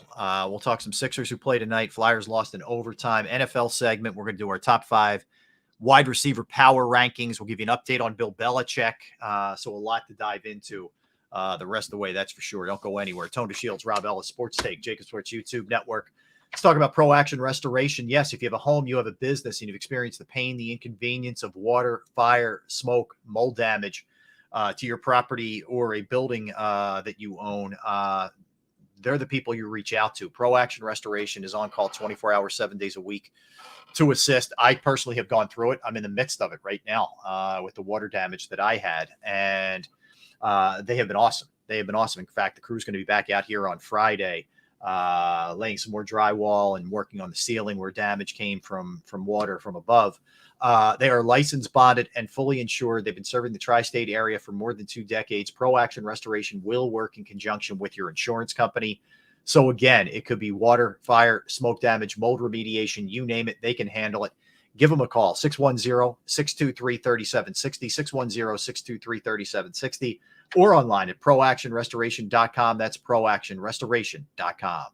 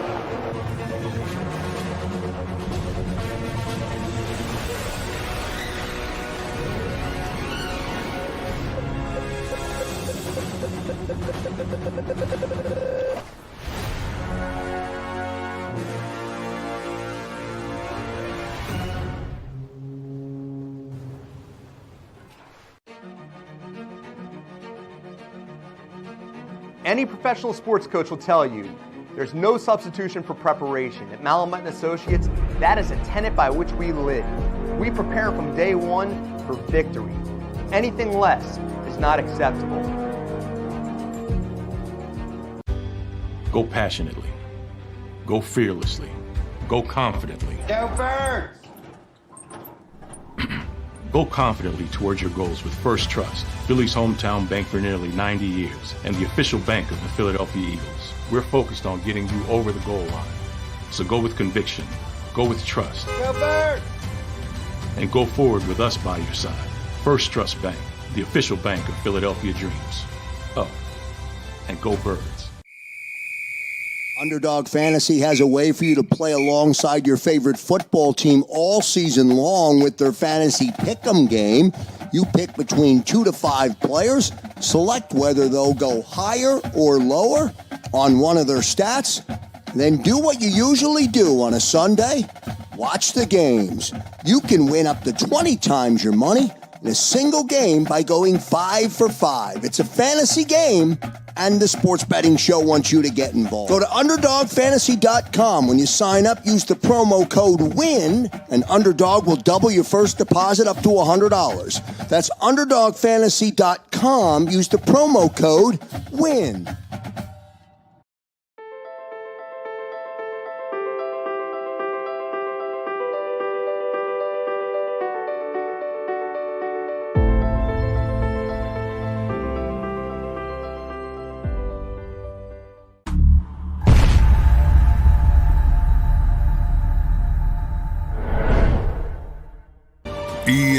EAGLES, Eagles.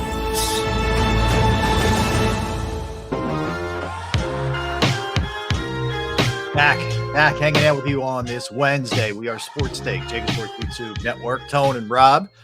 All right, Tone. So Flyers lose last night in overtime to the Predators, 3-2. Predators scored 18 seconds into the overtime. Flyers fought back. They were down 2-0 in the game. Came back, got it to OT, and then fell on the road. They're now 15-10-3 on the season. Kind of similar to what we've seen a lot of this year. They showed a lot of heart in the game. They ultimately didn't have enough in the end and lost to Nashville. You know what's fascinating about this Flyers team, man? They make sure when you play them, you got to play them for all, what is it? You got to play them for all, all the periods. You can't just go in there and think that they're just going to lay down, man. This Flyers team, they are, they're built the right stuff. Listen, if they're down, listen, best believe they're going to take you into overtime. Hey, listen, you want to kill us? You better take me to a shootout, baby. You know what I mean? So they fight, man. They fight. They're coached well, and they don't take, they don't allow anybody to just, come in and punk them. Yeah. So, I put a lot of stock into that, man. And a lot can be said about this team thus far. Still got a lot of games left to go, but I like what they're built. I like how they're built. They're built, they're made with the right stuff. And, I'm not mad at them losing last night, man. Road game, taking to overtime. Listen, they're a very young team, man. They're still on pace to do something that we didn't anticipate they could do. Sure, absolutely, 100%. Sixers play tonight at Detroit. Detroit is part of the dregs of the NFL. They are 2-21. Detroit is. The Sixers come in at 15-7. They'll actually play them on a road home setup this week. But if you look at it, and we touched on this, I think, the other day, but Detroit comes into this thing, Tone, having lost 20 straight.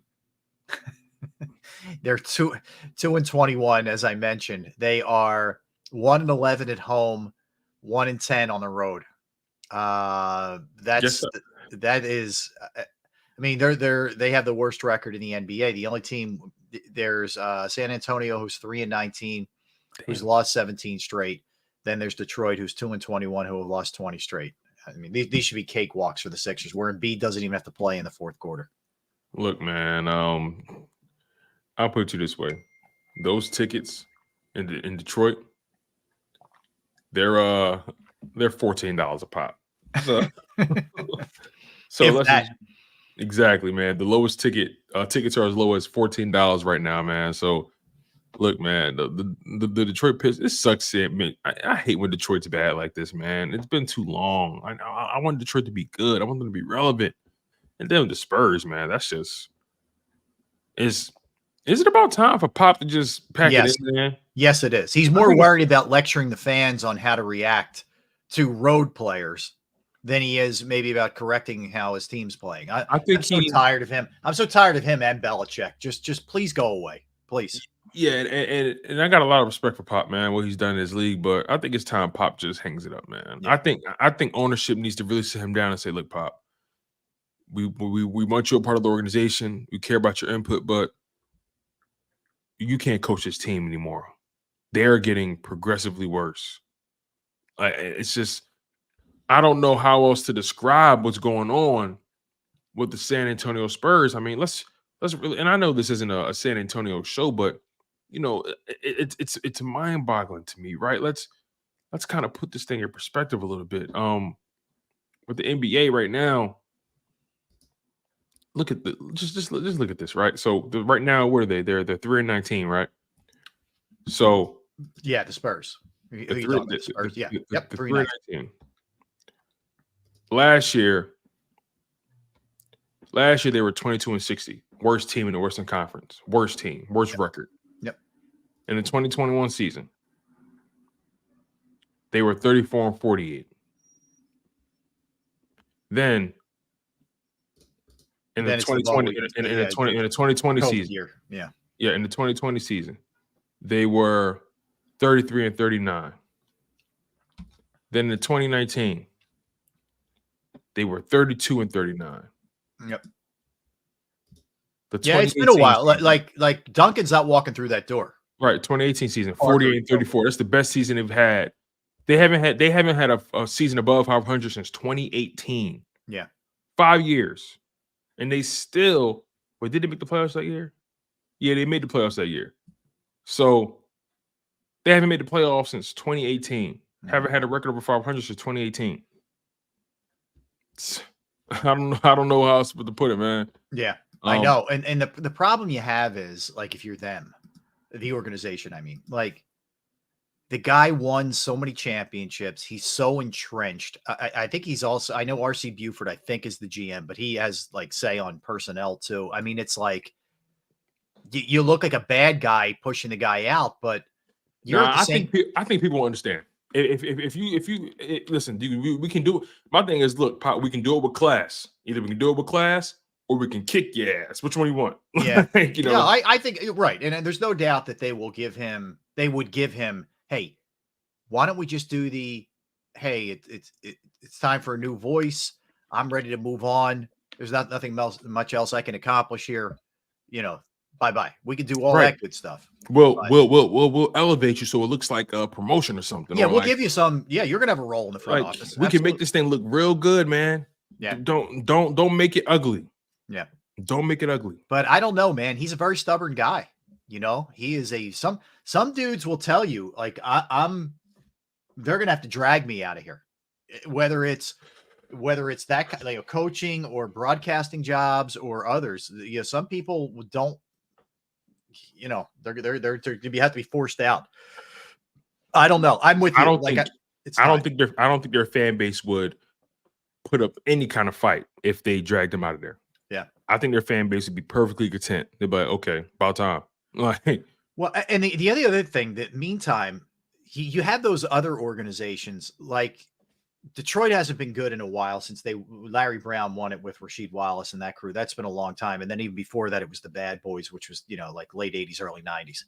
But since then, it's been a lot of lean years for Detroit. Like for organizations like Detroit and Washington, you know, their fans just have no hope. Like that, they're going nowhere. And it doesn't seem to matter how bad you are. Washington's even worse because they're usually right in that middle range, which is the worst place to be. But that sucks for those fans. Like, you have no hope every single year with some of those teams. Yeah, they haven't really been, in my opinion, the Wizards haven't really been a real threat, in my opinion, since the John Wall, Bradley Beal. I remember when they had Paul Pierce and they had Marcin Gortat. You know, like, and even then, they were good though. Then, like they were a team that you didn't want to sleep on them in a series.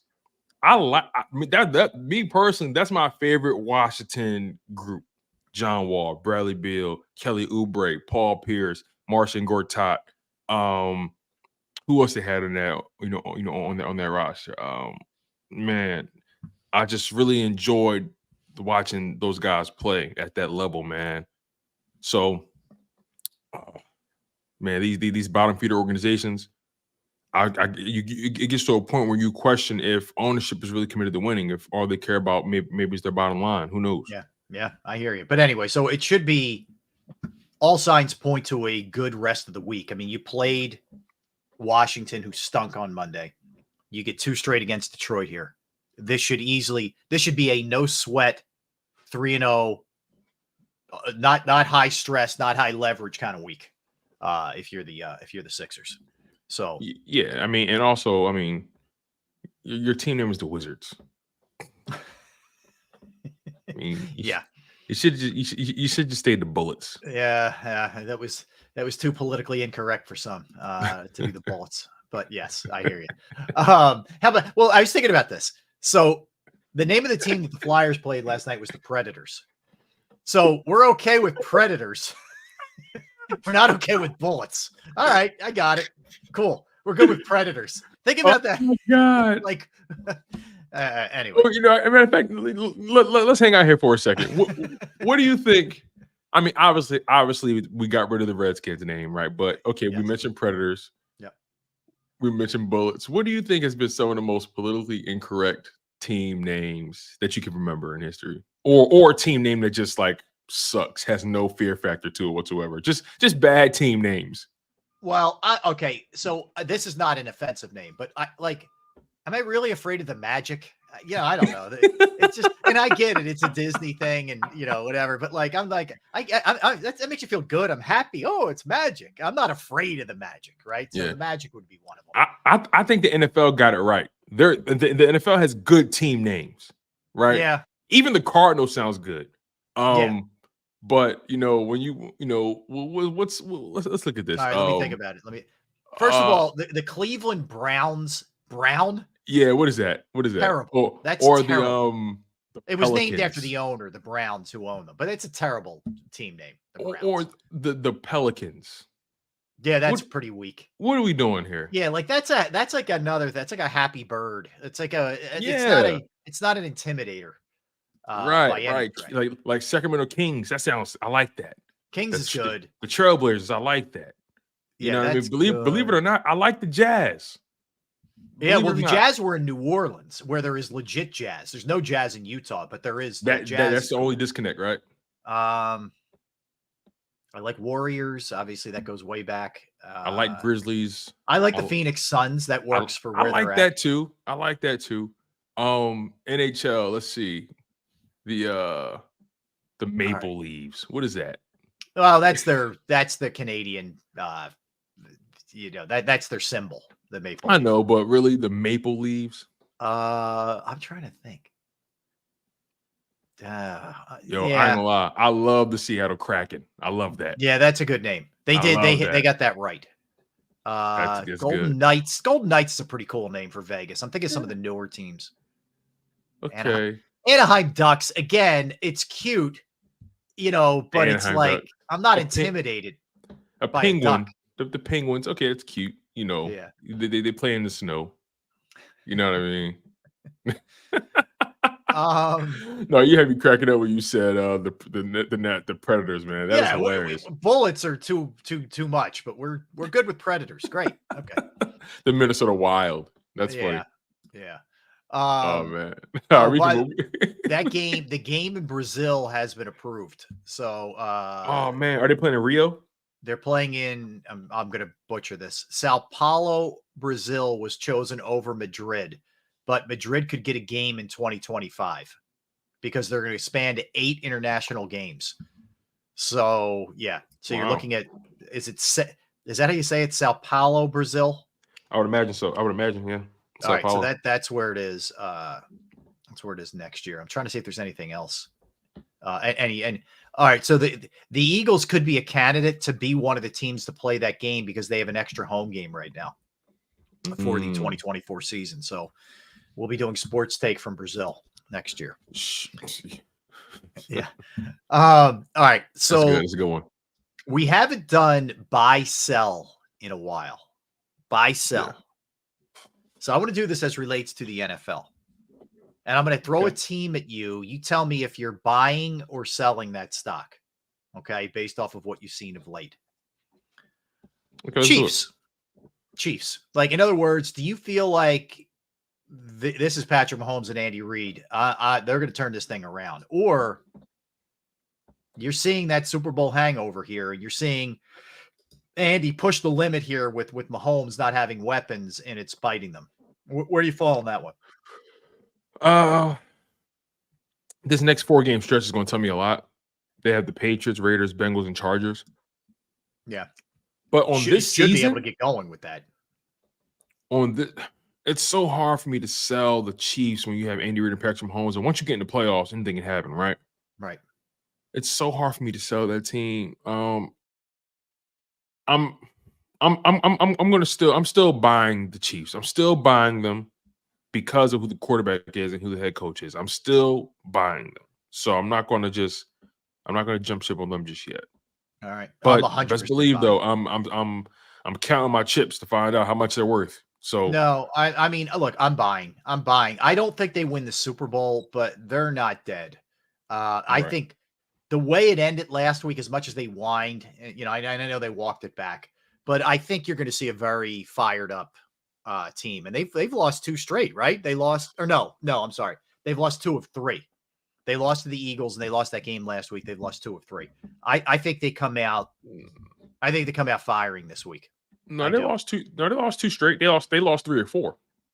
They've lost 3 or 4. Okay. Yep, they lost to the Bills. Then they lost to the Packers. They beat the Raiders, and they lost to us. So they've lost they've lost 3 of the last 4. Okay. And if you want to take it a step further, they have lost 4 of the last 6. All right. Okay. Yeah. All right. Next, Jacksonville. Jacksonville's lost 2 straight. They're now 8-5 on the season. They have struggled a little bit here. They have some injuries they're dealing with. Christian Kirk is out. Lawrence is dragging one leg around. What do you think of that one, or with them? I'm still buying the Jags. Once they get past the Ravens, depending on how that game turns out, they got Buccaneers, Panthers, Titans. I'm still buying the Jacksonville Jaguars. I still believe they're a team that deserves respect, and you don't want to go into any playoff matchup thinking you could just run them over. So, and then also Christian Kirk, they put him on IR for the groin, right? That's right. He can come back for the playoffs. He can come back for the playoffs. So, I'm still rolling with the Jags. I'm not jumping ship just yet. Okay.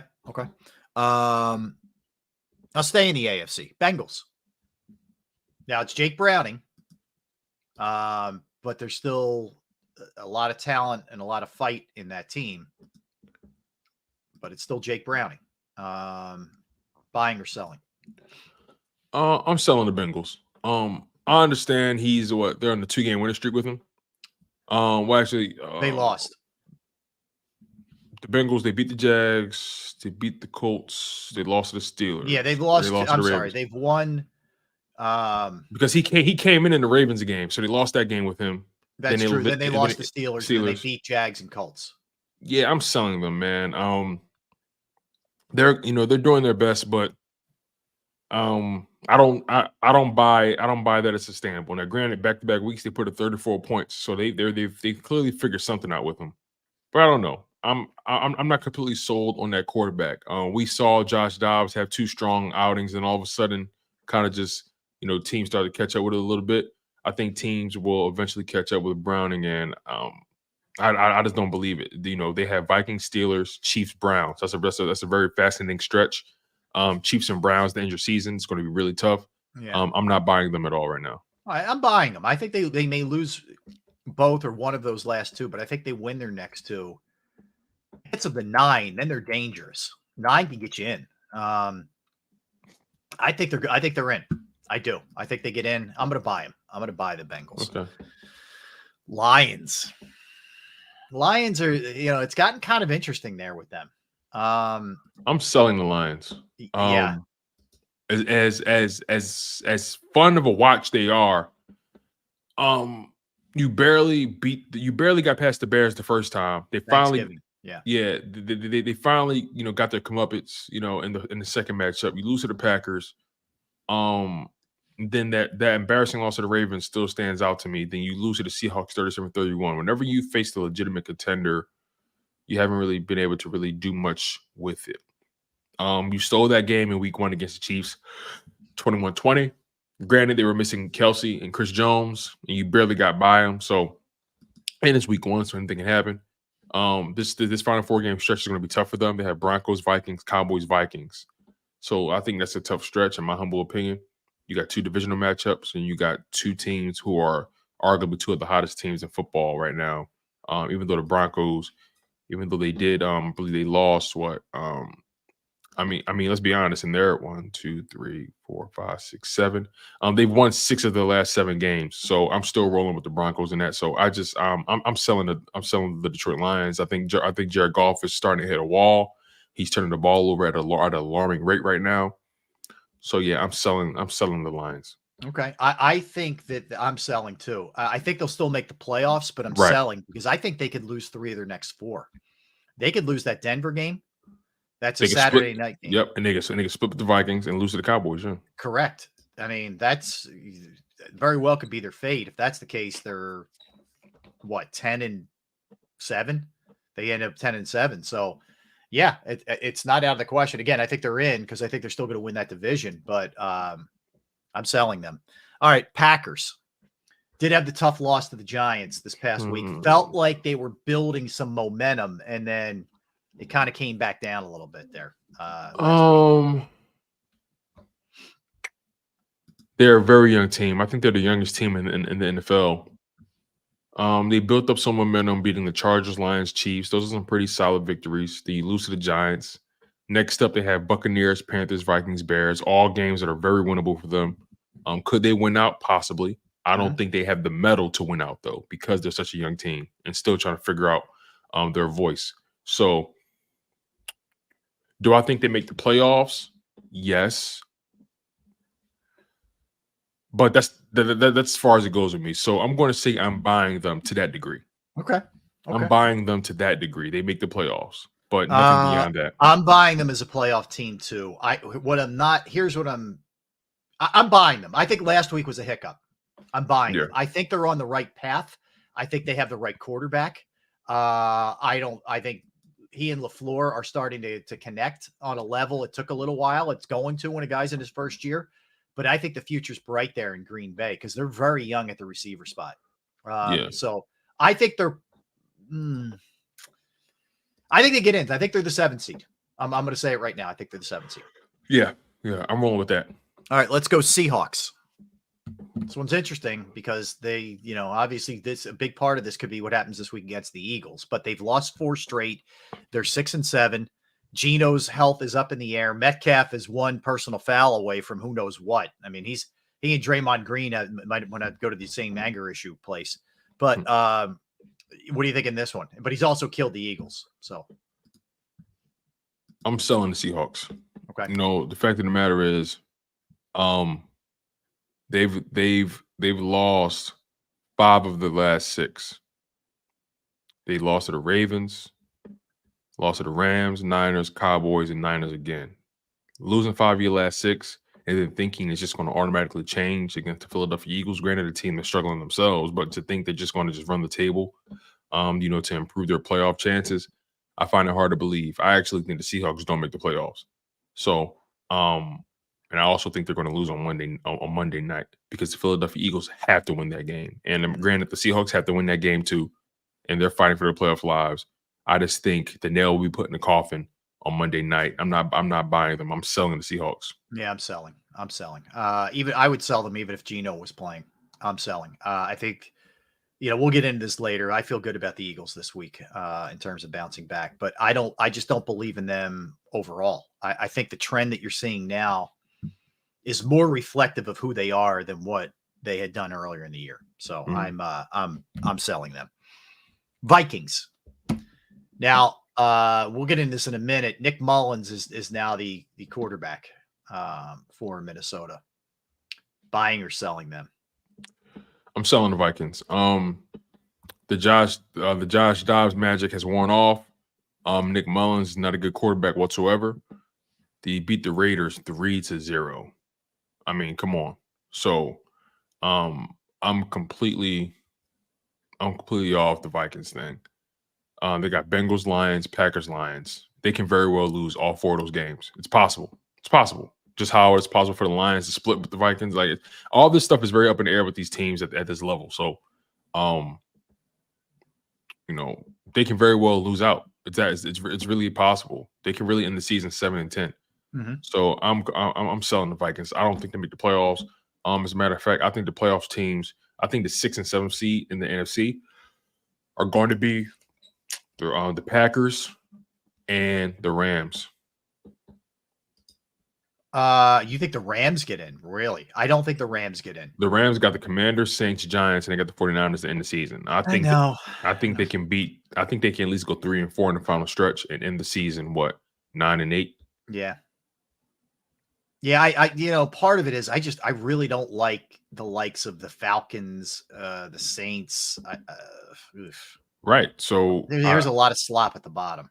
Right. So I think like out of all those teams at the bottom, I have more faith in the. Okay. I'll put it to you this way: I have more faith in Packers, Rams than I do Vikings, Seahawks right now. Okay. The Seahawks final stretch. I mean, granted, Eagles, Titans, Steelers, Cardinals. Those final 3 games are very winnable. But also for the Rams, I mean, those final 4 games, Commanders, Saints, Giants, 49ers, very winnable. Except for that Niners game. But who knows? The Niners may sit people depending if they already like the division. You never know. Or like the conference. You never know. So I think the Rams have a slightly better chance of getting in than the Seahawks. I like the Packers and the Rams' chances of getting in. So okay. Lastly, buying or selling the Eagles? Oh yeah, you're a slickster.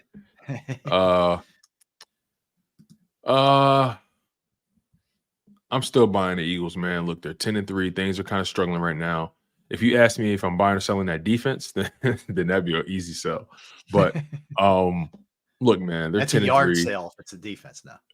Oh man, for sure. Matter of fact, it's not even a yard sale. I'm just going to the Goodwill, dropping it off, and leaving. Yeah. So, look, they're 10-3, and they still have an opportunity to win their division. Believe it or not, the conference is still up in the air because the 49ers have to win out, which it's very possible that they will.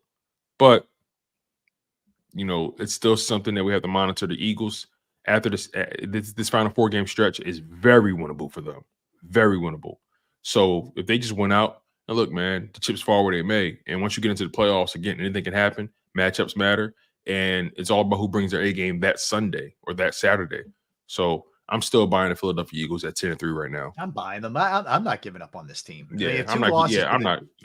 Yeah, to the Niners and the Cowboys, man. They can get their act together here. They can get the offense back to where it should be.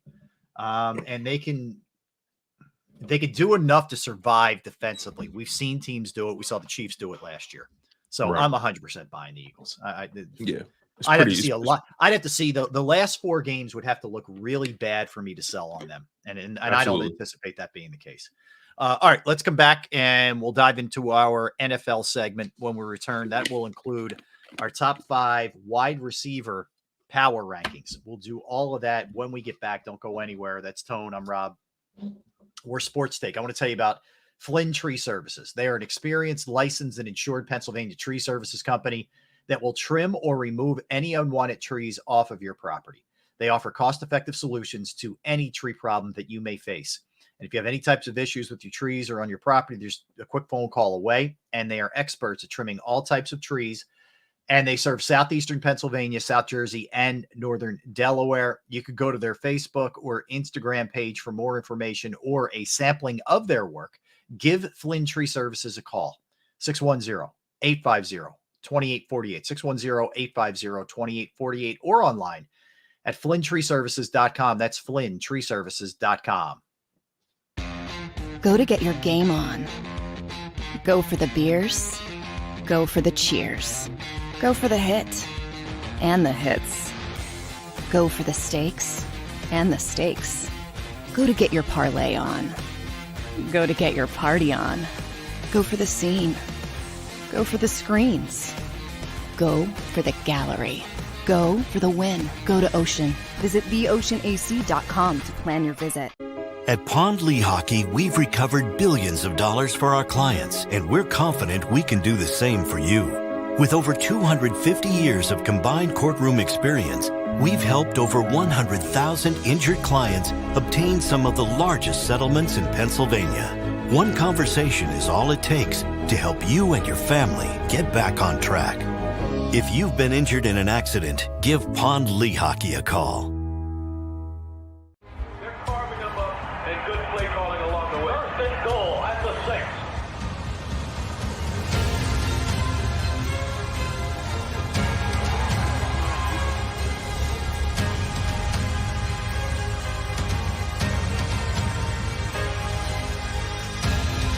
On the field of life, First Trust Bank is there for you.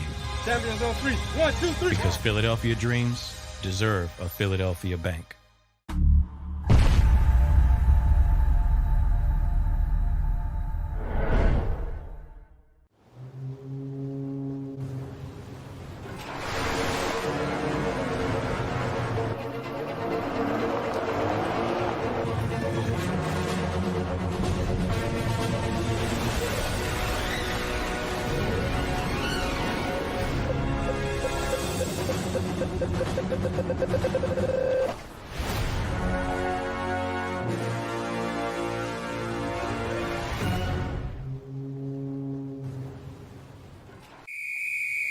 Underdog Fantasy has a way for you to play alongside your favorite football team all season long with their fantasy pick'em game. You pick between 2 to 5 players, select whether they'll go higher or lower on one of their stats, then do what you usually do on a Sunday, watch the games. You can win up to 20 times your money in a single game by going 5 for 5. It's a fantasy game, and the Sports Betting Show wants you to get involved. Go to UnderdogFantasy.com. When you sign up, use the promo code WIN, and Underdog will double your first deposit up to $100. That's UnderdogFantasy.com. Use the promo code WIN. Do you stream on a Roku, Fire Stick, Google TV, or Apple TV? Now you can watch 6ABC 24/7 with the 6ABC Philadelphia streaming app. And the big story on Action News? Search 6ABC Philadelphia and start streaming today. EAGLES. Eagles.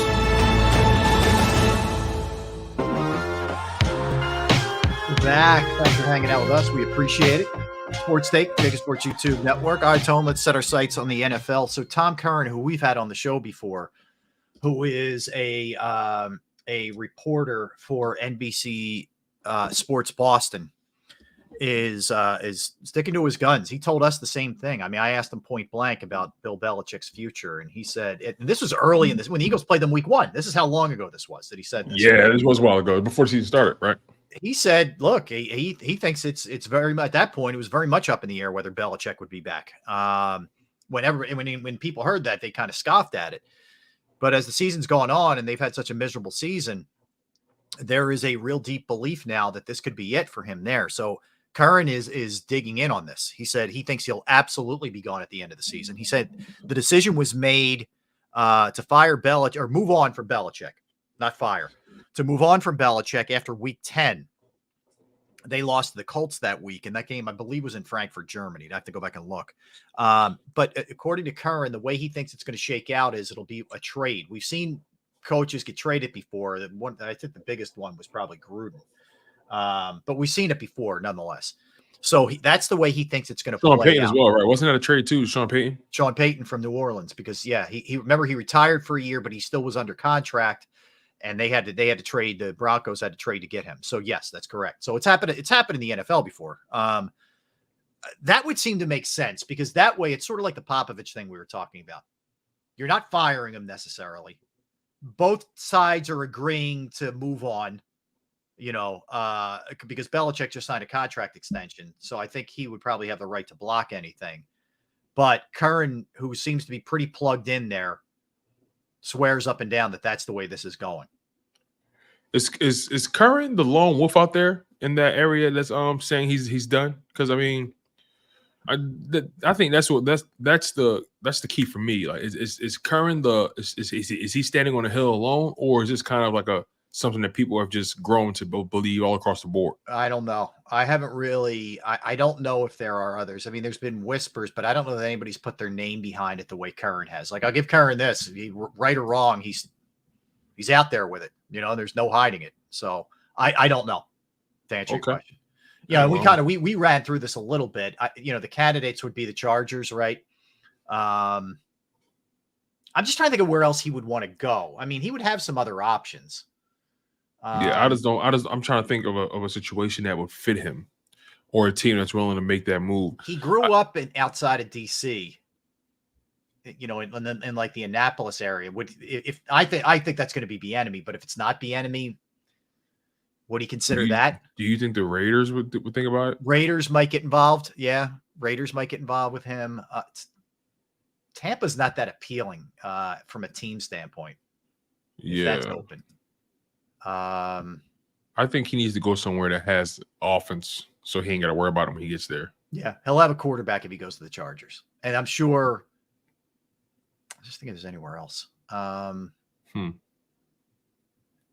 Nah. I don't know, man. He's such a hard ass. It's like, yeah, I don't know either who works with that. Yeah. Now, I mean that way he does things. This day and age, the players don't respond to that too well. Right or wrong, regardless of how you feel about it, you got to make sure you can appeal to today's player. Yeah. It matters. All right. So elsewhere, as we mentioned, the Vikings, the Josh Dobbs thing, came to a halt. And they're going to roll with Nick Mullins. Nick Mullins has, he was an Eagle for 5 minutes, if you remember. But yeah, the good thing is it looks like Justin Jefferson is going to play this week. He took that nasty shot. Right. So that's good news. I don't know. I'm with you. Like, the Vikings situation it's tough. They've done a good job. I think O'Connell's done a good job there coaching them, but I don't know that there's much of a difference between Nick Mullins and Josh Dobbs, frankly. You're kind of grasping at straws a little bit. Me personally, I think you're getting worse. Yeah. If you ask me. Yeah. Yeah. Hard to argue. Really hard to argue. Devontae Adams calls the Raiders' performance last week, in which they lost 3-0 to the Vikings, embarrassing. He's been ticked off all year at what's going on offensively with them. I think there's some buyer's remorse that he ended up there, frankly. Of course. He got paid. But I'd be very surprised if we don't start hearing at the end of the season the rumors that he wants out, or, the potential trade. If I'm the Raiders, I am trading. I'm trying to get some. I'm tearing that thing down. Yeah, I'm going to try to get what I can for him. But here's the thing, right? When he signed to the Raiders, like, he was so blinded by his relationship with Carr, he didn't bother to really assess the situation as a whole. Yep. And if he really was assessing that situation objectively, he would have known Carr was on thin ice in the first place. Mm-hmm. So, look, man, I don't feel bad. I don't feel bad, man. You're crying. You're crying in the Ferrari, man. Like, I'm not. No, I don't feel bad, dude. Yeah. I don't feel bad at all. Yeah, I hear you. The Browns have placed safety Grant Delpit on the IR. It's crazy. He agreed to an extension over this past weekend, and now he goes to the IR. They hope he can get back in the postseason. Wow, man. He's a really good safety. That's a big loss. Listen, thank God he signed that deal. Yep. Thank God. Yeah. Yeah, they've had a rough go, right? They lost their left tackle this week. Stefanski's dealt with a lot. We talked about this. He's done a good job, all things considered. And if he gets blown out of there, if they don't make the playoffs, that's a joke, in my opinion. The fact that they're even in the playoff mix is a miracle. Yeah. Yeah, he's done a pretty good job for them. Right. For sure. All right, elsewhere.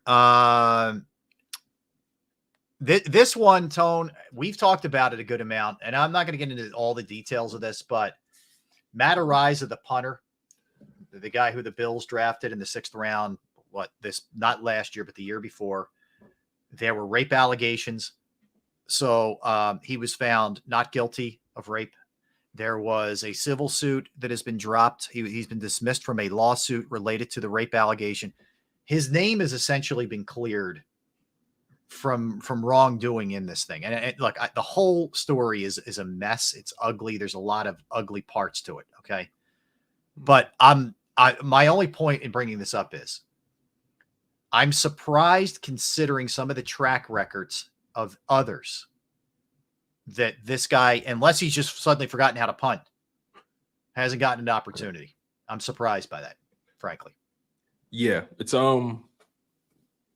fascinating because he's a guy.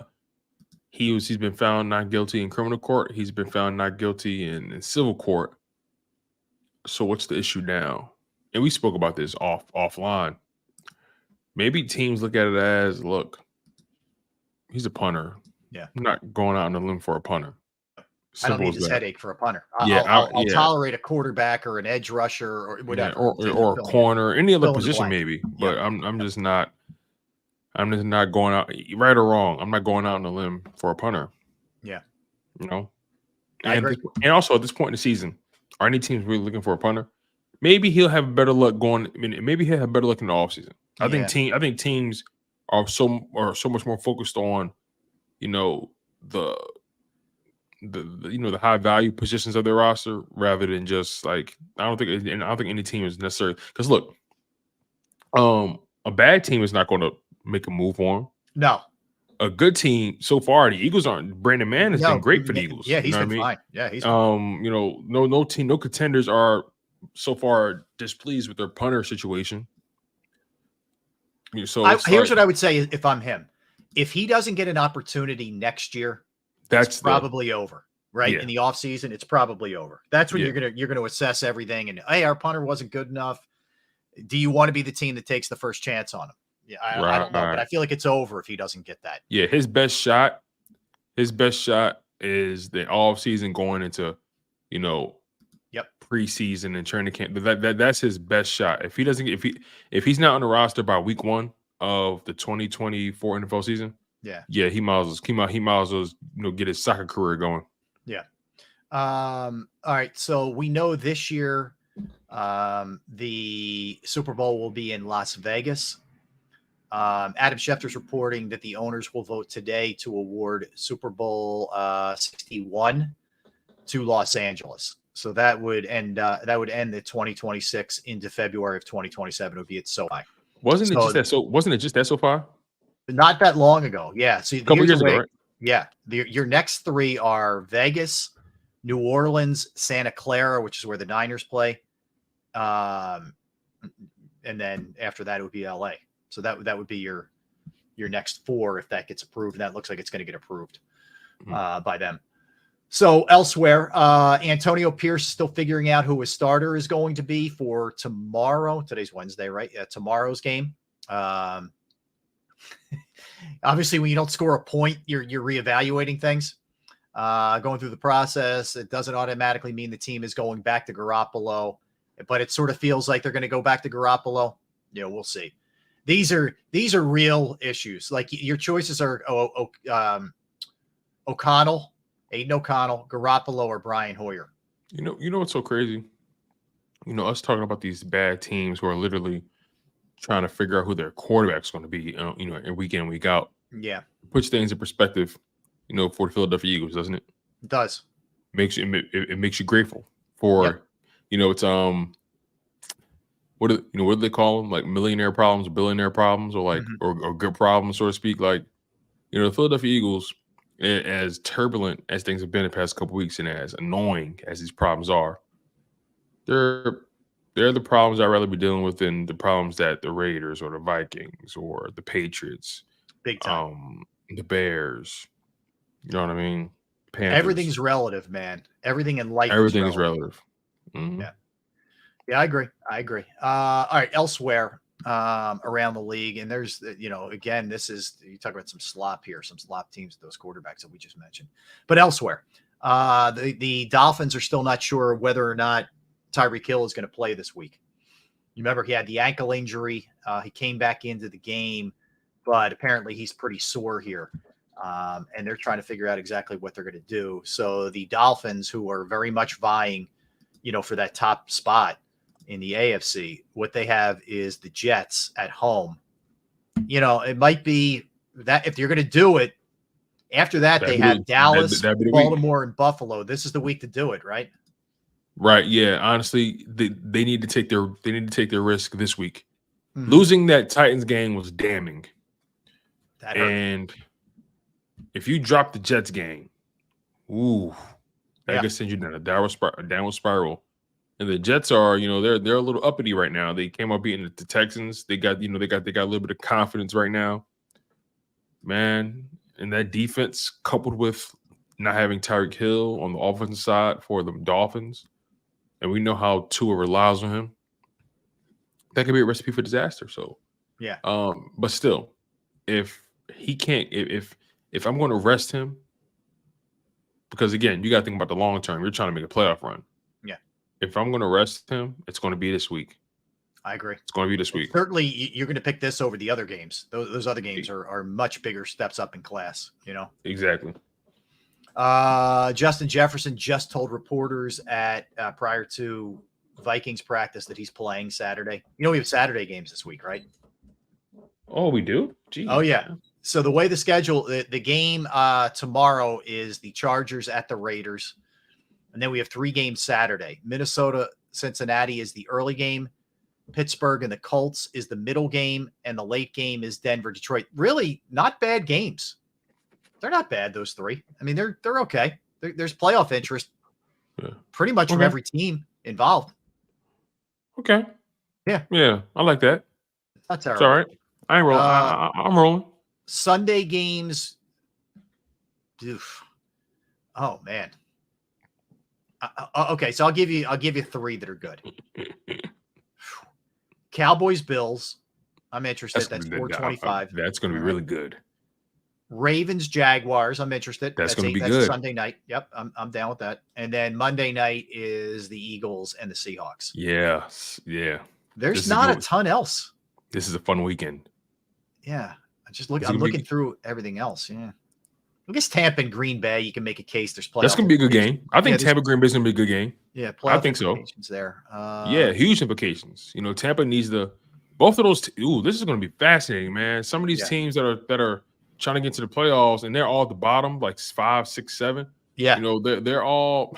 It's like you would think that maybe we can stay out of each other's way, but no, you guys are all going to be duke it. It's literally a Royal Rumble of of the stepchildren. You know what I mean? It's like it's like no, I'm staying in the house tonight. No, I'm staying in the house tonight. Well, guess what? It's good if all y'all keep it up. None of y'all are staying in the house tonight. Yeah. All of y'all all of y'all start pitching y'all tents. So it's gonna be a hell of a weekend, man. This is a good weekend for football. Mentioned earlier, Zach Wilson, Tommy DeVito are the offensive players of the week. I mean, that's why you never know, man. That's why Wilson and DeVito sounds like a law firm, doesn't it? That's it. All right. Elsewhere, Brandon Aubrey, the Cowboys kicker, he gets the special teams player of the week, and Harold. Yeah, man, he had a good weekend. That's what he's had a great year. This guy doesn't miss. Isaiah Pacheco is not practicing for the Chiefs today. So they're going to see about his status. They need him, obviously. With the way that they've struggled of late. Yannick Ngakoue is out for the season with a broken ankle. He can't get a break. No, that guy, it's tough. He's a bear. He's talented. Can't get a break. He had 22 tackles, 4 sacks. So yeah, he's done. He's out for the season. There's some teams that seasons can't end soon enough, and I would put the Bears probably in that category. Although I will say this, I think Justin Fields is playing a lot better lately. After he came back from the injury, I think they're going to have a difficult decision on their hands. What you do there. I don't know. In terms of drafting a quarterback or rolling with him, they're going to have 2 picks, very, very high. I'm not on board with. I'm personally not on board. I'm on board with trading Justin Fields if it puts him in a better situation or organization. Yeah. Like the Falcons. I don't think the Falcons are a bad organization at all. I just think they've had some.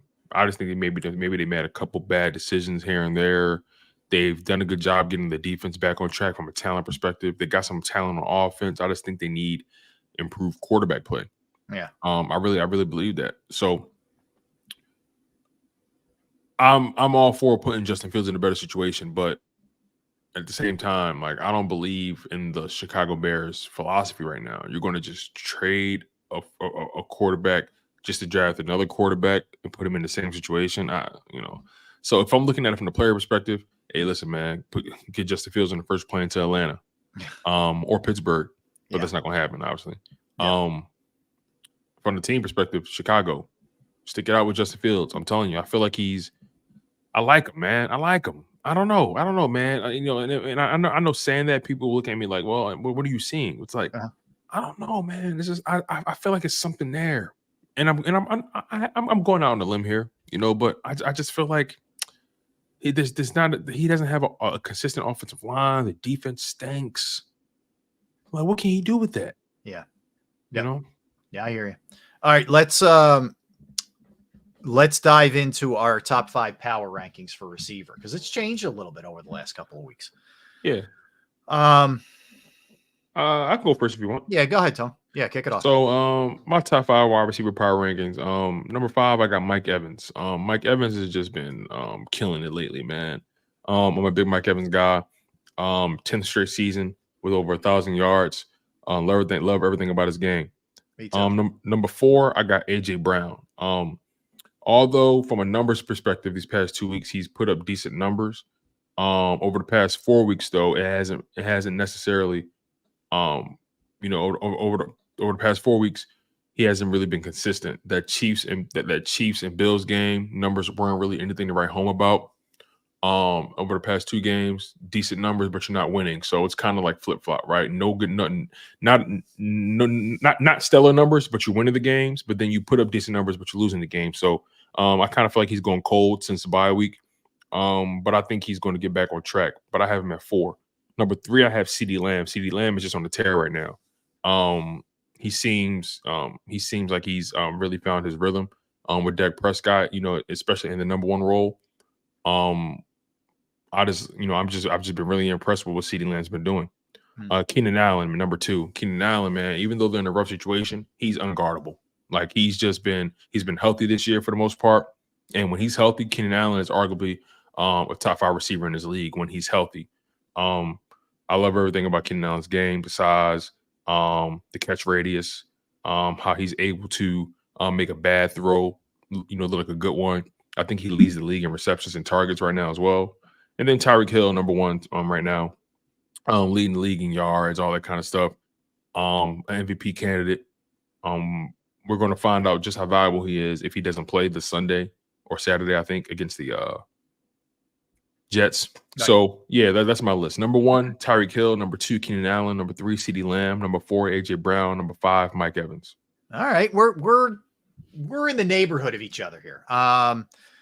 I'll work my way back. I'm a huge Jamar Chase guy. And I think it's been tough for him with Burrow's injuries and some of the things he's had to deal with, but the guy's still putting up pretty good numbers week in and week out, despite all the stuff going on. So I have him at 5. I have Keenan Allen. Keenan Allen's a shame.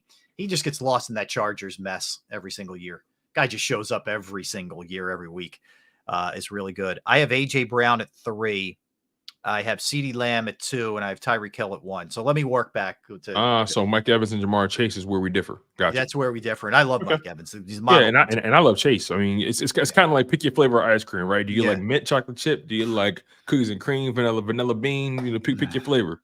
Well, and the thing with AJ Brown is, it's not like he's fallen off a cliff. It's slowed down a little bit lately, and. I think some of it is they have to get him more targets and more opportunities. Some of it's on him. I don't think the word is more. I think the word is better. They need to get him better targets, better opportunities. Because I don't think they're doing a good enough job creating space for these talented receivers. I mean, AJ is still number 2 in receiving yards. Better believe it. But I just don't like how they've been trying. Like, it seems like they only have maybe 2 or 3 ways of getting in the ball: the slant, the go ball, and then other than that, a comeback route. Like, it's just the route tree for these receivers that that they're having them do is so simple. Yeah, not impressive at all. Mm-hmm. Yeah, I think so too. I think he has been a victim of scheme to an extent. CeeDee Lamb's been awesome. We all hate to admit it. Well, he's been great, man. You've seen what he's been doing lately. He's been absolutely tearing it up. So I think there's still time for AJ. Like, I think everybody else is playing for number 2. Tyreek Hill is number 1, and it's not close. Yeah, it's not close. He's still on pace to get 2,000 yards, even with the injury. With the ankle. I like Lamb's game, man. He's smooth. He's smooth. Lamb is really he was good his first couple of years. He's elevated it now. No, I think this year, like, you're really, and I've always, I've always criticized him for just being like a slot guy, right? I think I'm going to stop saying that. He watching what he did to the Eagles, they struggled to defend him. He made Bradbury look stupid. Yeah. Yeah, man. It's just smooth, very controlled in how he moves. Mm-hmm. Great footwork. Yeah. Yeah. So I don't think there's much question who's number 1 there, and that's and well deserved on top of it. All right, let's come back. We'll hit a bunch of different things. Draymond Green at it again. Former Flyer coach gets bounced. A move potentially coming in the DC area. We'll talk about that, and we'll swing it back to the Eagles. So we got a lot to do between now and the end of the program. Don't go anywhere. That's Tone to Shields. I'm Rob Ellis. We are Sports Take, JAKIB Sports YouTube Network. Right back.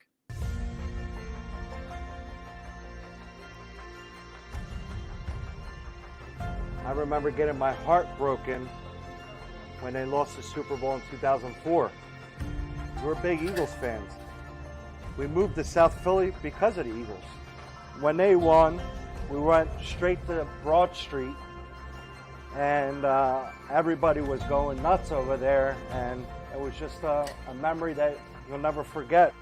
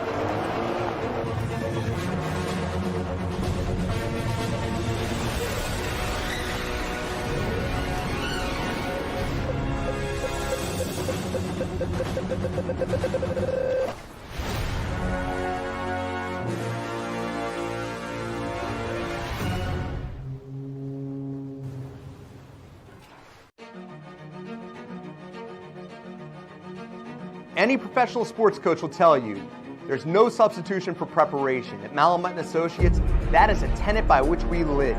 We prepare from day one for victory. Anything less is not acceptable. Go passionately. Go fearlessly. Go confidently. Go Birds! Go confidently towards your goals with First Trust, Philly's hometown bank for nearly 90 years, and the official bank of the Philadelphia Eagles. We're focused on getting you over the goal line. So go with conviction, go with trust, Go Birds! and go forward with us by your side. First Trust Bank, the official bank of Philadelphia dreams. Up and go Birds. Underdog Fantasy has a way for you to play alongside your favorite football team all season long with their fantasy pick'em game. You pick between 2 to 5 players, select whether they'll go higher or lower on one of their stats, then do what you usually do on a Sunday, watch the games.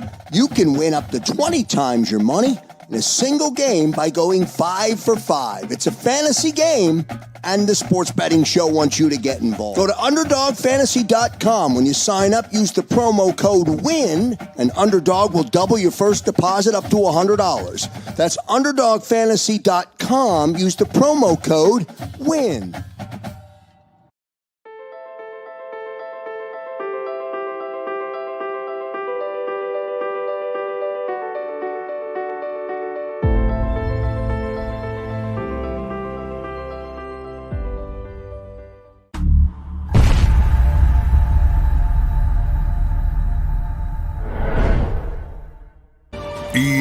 EAGLES, Eagles.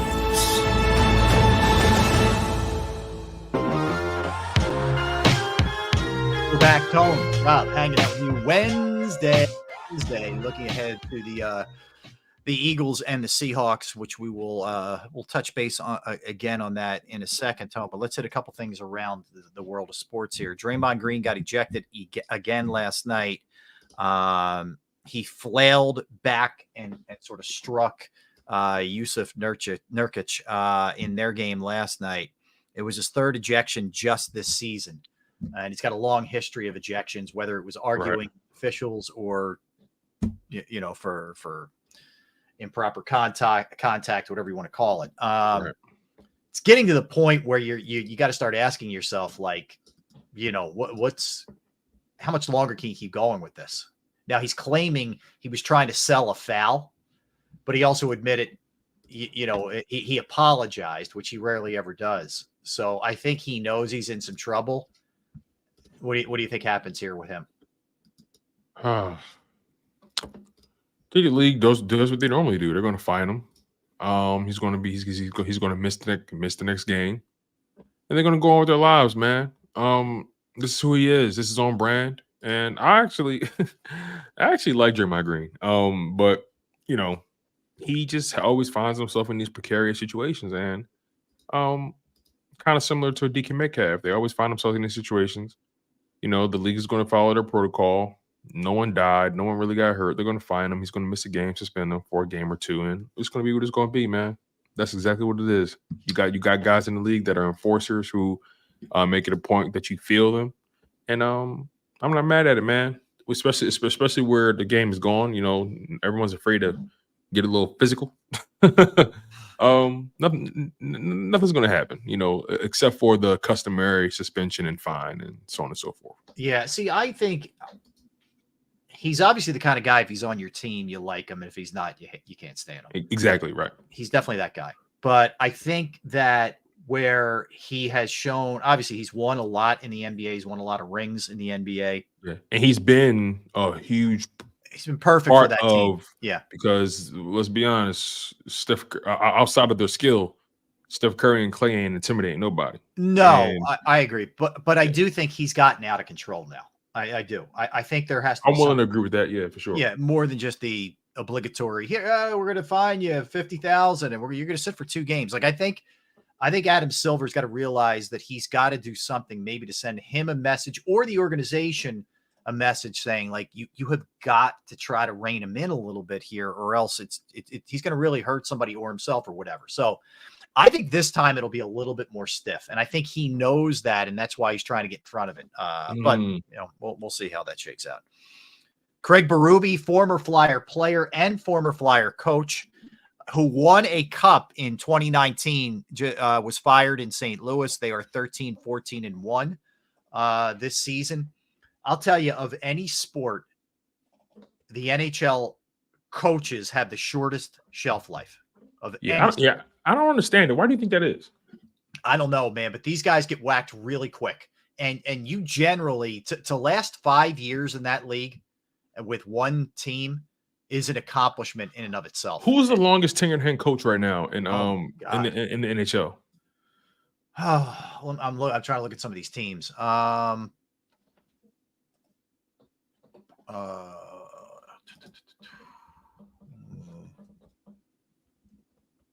don't know, man. I honestly don't know.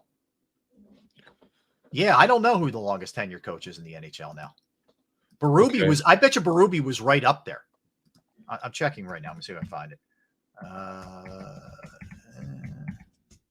Okay, so Anaheim Ducks, Greg Cronin. He started.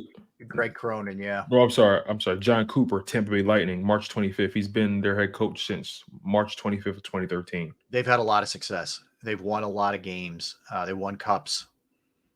He's been a hell of a coach for them. Rod Brindamore's been in, I'm thinking about it, Carolina for a long time. Mike Sullivan for the Pittsburgh Penguins. Been there since 2015. Colorado Avalanche, Jared Bednar, been there since 2016.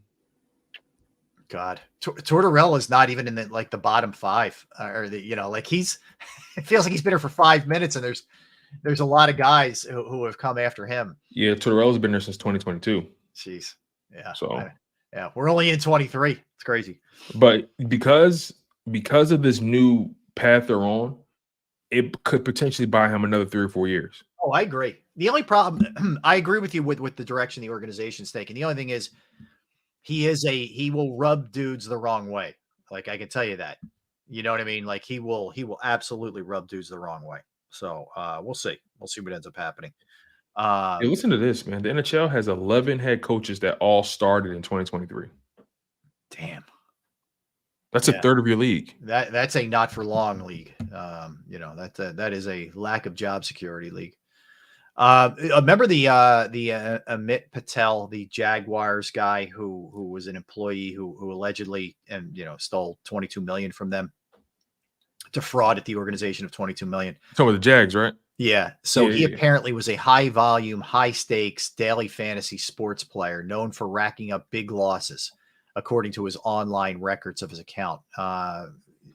So he's only 31. He manipulated the Jaguars' virtual credit card program and used the proceeds to fund a luxury lifestyle between 2019 and this past February. They terminated him then. During that time, he was playing daily fantasy sports under the surname Parlay Picker. On various accounts, which I'm not going to, reveal here. But he put out nearly $500,000 into fantasy tournaments on the NFL, Major League Baseball, PGA, and UFC since 2017. He often entered dozens of lineups into fantasy tournaments with large prize. Man, this guy was a mess. He was addicted. Yeah, this guy was a full-blown mess. So his attorney saying he didn't do it. I told you this, to lavish a big, great, crazy lifestyle. It was to keep up with his gambling addiction. Yeah. Yeah, man. That's a lot. That's a lot. He's going down. Yeah, it's crazy. He was also a big poker player, apparently also. Anyway, okay, maybe this gambling addiction is real. Yeah, maybe it is. I think that's what his attorney, the only way to throw mercy, on the court is to say that this guy's got an addiction. I'm not saying there aren't gambling addictions, but it's a lot easier to get a lighter sentence when you have a legitimate addiction as opposed to I'm out there just buying a yacht, and throwing crazy parties. His lawyer's trying to get him thrown into not white a prison. Collar. They want him in white collar. White collar prison. They want him in a rehabilitation facility. He agreed get him in a rehabilitation facility. Remove prohibit him from accessing betting sites and or limit his internet access. 10 years probation. Like if he can beat that case and land with all those things I mentioned, that's a win. He beat it. No, I agree. I mean, you don't want to be in Gen Pop is what you don't want, man. Because I'll be in that courtroom with a tick. Like I need gambling. I'll be trying to bet on something the judge says or something just to show that I'm. Yeah, I'll be betting how many times the judge hits his gavel today. Yeah, exactly. All right. What's the over under on the objections? Oh God, yeah, right. The Capitals and the Wizards, it appears, Tone, that they will be moving out of downtown Washington, D.C. to the Northern Virginia area. I don't know anything about it, but I think that's a shame. If you've ever been to in the downtown DC area, it's so weird. Like the arena just kind of pops up out of nowhere. You're like, whoa, oh, okay, this place looks pretty cool. And it's right in the middle of everything. It's really a good looking arena. Now it's around the same age, I believe, as I think it's as old as the Wells Fargo Center, maybe a little bit older, but it's right there anyway. But yeah, it's kind of the opposite plan of what the Sixers have. The Sixers want to move into downtown Philadelphia in the gallery area. I'm not happy about that. Yeah. I like the complex. I like the way that is, man. Yep. I did too, actually. I think it's going to be a traffic and logistical nightmare if they put it where they're talking about putting it. Exactly, personally. man. You know, but as far as the Washington goes, so Commanders not in Washington, D.C. Right. Now the Capitals went out of D.C. The Wizards, are they the only team left? Well, the Wizards and the Caps would both play in this new arena. Oh, so now, damn, there's no sports being played. Well, so are the Nats in the, I think they're still in the DC. I think they're still technically DC. And the Washington Mystics, that's the WNBA team. They go where the Washington Wizards go. So, yeah. Damn. Sucks. Yeah. And they say that that's going to have a massive negative impact on the economy downtown. Yeah, of course it will. Jobs and jobs, money coming into the city, foot traffic. Yep, all the businesses that that are able to win because people are in town for those games or whatever it may be. Like it's definitely going to take a hit. I mean, not that their teams were doing well anyway, but still, the fact of the matter is it's less traffic than is less commerce that they would have gotten prior to. That's the tough thing. Like if you're a business owner, man, and you're thinking, all right, I open up my pizza shop right by here. I'm going to crush. And then through something you can't control at all, the team moves and you're like, it just screwed me. I just got screwed and I had nothing to do with it. Worked as hard as I could work and them's the breaks, I guess. Exactly, man. That's all you can do. So now it's up to those businesses to, reinvent themselves, find new ways to draw in, new patrons. That's all you really can do. Yep. All right. So Darren Waller, the tight end for the Giants, he's dealing with a hamstring. He is really. He's hopeful he can get back. Yeah, that's the problem. He's always hurt, and they should have known that when they traded for him. But anyway, he's hoping he's going to activate it off of the injured reserve this week. So we'll see. We'll see what ends up happening there with him. All right, I want to go back to the Eagles, and I want to ask you a question. And this is more of it's not so much an X's and O's execution kind of question as it is a character kind of question.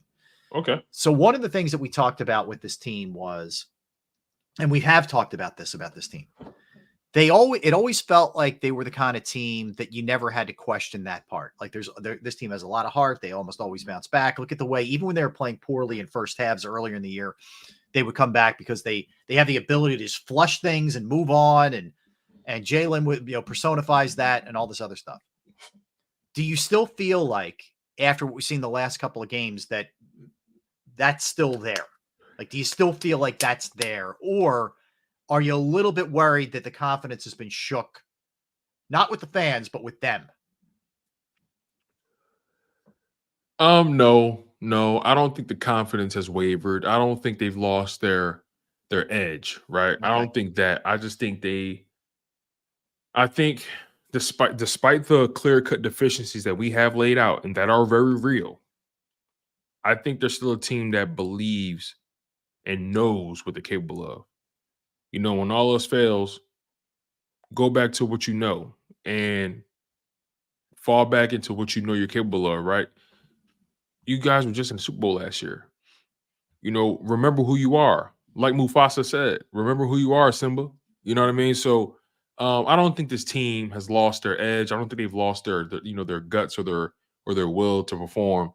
I just think they need to recalibrate. That's kind of been the theme of today's episode, recalibration, right? Just reevaluate, flush it, move on.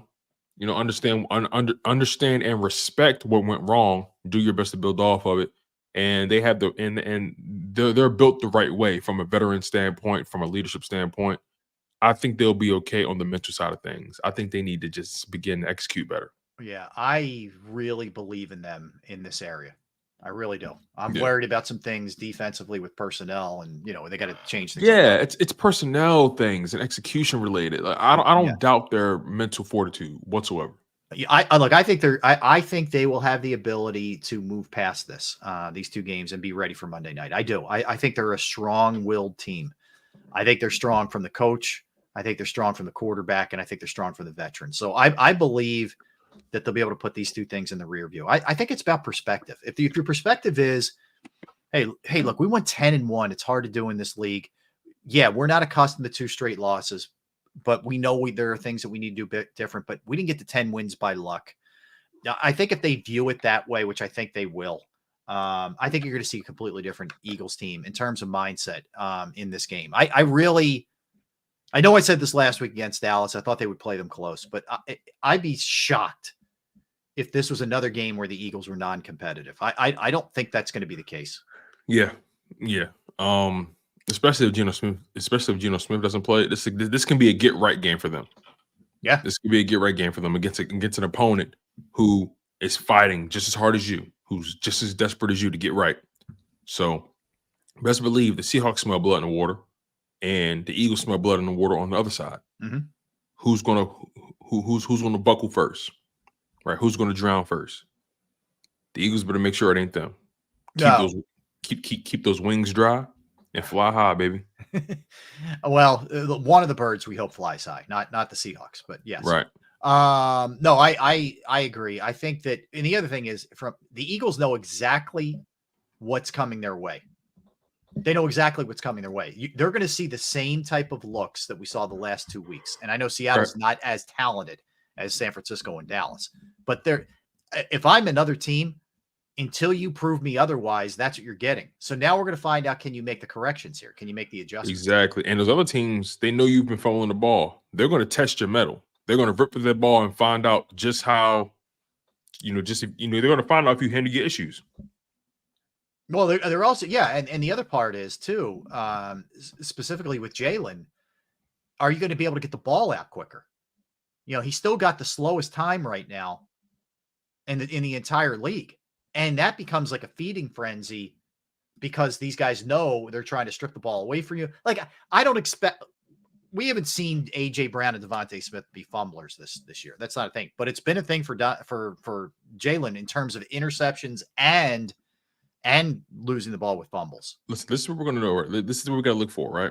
When Jalen Hurts snaps that ball, if we see him standing there and then he rolls right or rolls left, we got some issues because he's searching for a lane. He's not trusting what he's seeing. He's just trying to create something. I'm looking for him to get the ball out 2.5 seconds. Snap, drop back, look, boom, deliver. Yeah. Live with it. But this is then okay. This is where the coaches need to help him. This is where the coaches need plays that are designed to get guys open quickly too. It's easy to just say, hey, quick slants and do this and that. You got to make sure you get them open. And this is where the coaches need to do that. Yeah. Plain and simple. They need to be better. This is what we're going to find out about. We're going to find out about Brian Johnson, about Nick, all these guys. It's funny, man. Like last year, we wanted to give Shane Steichen. We didn't give Shane Steichen, I don't know, the credit that he necessarily deserved. We just looked at it like this team has crazy talent. Right. And now I think we're realizing that he was very good, and it's not just about crazy talent, but also if Nick is the one who's always going to tell you, hey, look, I'm the one who is most instrumental in the game plan, and I do this and I do that, then Nick's also the guy who's going to hear it when it doesn't look good. And, that's ultimately it's his call. It feels like in terms of game planning this thing. Yeah, I couldn't agree with you more. Nick has a tall task ahead of him, and we brought this up earlier in the show. We're going to find out just who Nick Sirianni is as a head coach heading into this matchup. Now, the $1 million question too is, do they find religion here and start, running the football? We've seen this before, with Andy Reid, where he would, sorry, just adjusting my mic, where he would get away from the run a little bit too much for my taste. It's not like they didn't have running attempts last week. They did. But I would like to see a little bit more emphasis, not just on the run game, but also just getting DeAndre Swift a little bit more involved. That's something that I think they need more creativity in the run game. Yeah, like last week, he rushed the ball 11 times. I'm trying to see. He didn't have any balls thrown to him. So he had 11 touches last week, DeAndre Swift. I think a sweet spot for him is like 17. They need to get creative with him in the run game, man. It's how they use him in the run game is just so predictable. Like, I would love to see them line him up in the slot and then bring him over into a jet sweep situation, give him the ball, get him, get him in motion, get him on the edge. You know what I mean? Mm-hmm. I think the running game is just lacking some creativity right now. Mm-hmm. That's what I think. Yeah. No, I'm not arguing with you. Also, I think the O-line hasn't been getting the same push that I would like. We haven't really talked about them. I agree. I think who have really struggled the last couple of weeks are the guards. I don't think Juergens and Dickerson have played as well as they were playing earlier in the year. And that's a problem. Your interior is a problem. Right. Yeah. So I think they have to be better also. Look, the good thing is it's another week. Dallas Goedert got back, got his feet wet a little bit. Mm-hmm. He's going to be a guy who I think is more active this week. At least I would hope. I would hope they have him more involved in the game plan. But also, if they're taking away Brown and Smith, who are your bread and butter guys, I mean, they didn't even attempt to pass to Zacchaeus other than the fake punt. Right. Shout out to Brandon Mann, Wes Watkins, or anybody else. Yeah. They need more creativity. That's all. Yeah. They need more creativity. They need to maximize his roster to the best of his ability. They need to turn everybody into a threat on the field. Simple as that. How much of it do you think is that Jalen just doesn't trust the others? Meaning not Smith. See, it's hard for me to say that because when you make that throw to Olamide Zacchaeus and he comes down with that, my trust meter for him just shot up. Even if you didn't throw it to him, even if it was a trick play. Oh, you mean in that regard? Yeah, yeah. Oh, okay. Do they trust Zacchaeus and Quez and those? Does like in other words, if there's a play, because I think let's say AJ and Devontae are ball. covered. Is he willing to go to them on a third read okay, then that's a good question. Going through his progressions. The odds that AJ, Devontae, and Goddard are all covered on the same play, man. We've seen it, but it's not likely. But he should. He should trust him. Olamide, I think Olamide has earned the trust at this point. I think I do too. I'm not saying you got to go to not a lot, but like get him involved a little bit. And that guy, he was a good player for Atlanta. He was solid. Yeah. I like Olamide Zacchaeus. I think he's not afraid to get involved in run blocking. I think he's a decent route runner. He has good enough speed. He's had big catches for the Eagles in key spots. That big touchdown catch against Tampa Bay, the big one against the Bills. He's had some moments where you don't mind putting him in certain situations. He had a key third down conversion against the Commanders. I just think it comes down to Jalen Hurts just trusting what he sees, man. Jalen Hurts he's not playing instinctual right now. Like you said earlier in the show, he's one of the worst quarterbacks on first down, from first to second down, throwing the ball. So yeah, he has to be better. All right, you ready for this? So Doritos is rolling out a $65 bottle of nacho cheese flavored liquor that tastes like the real thing. Doritos nacho cheese flavored liquor. So that feels like heartburn and a hangover waiting to happen. For one, hell of a segue by you. Like that? Thank you. For I want to sneak that in before we got out of here. Would you attempt it? If someone handed you a shot of it, would you even go near that? I'm not okay. I think it's one of those novelty things. You buy it and you have it as a collectible. You don't drink it. I think it's one of those sits on the shelf and everybody laughs when they come in the house. Right. Exactly.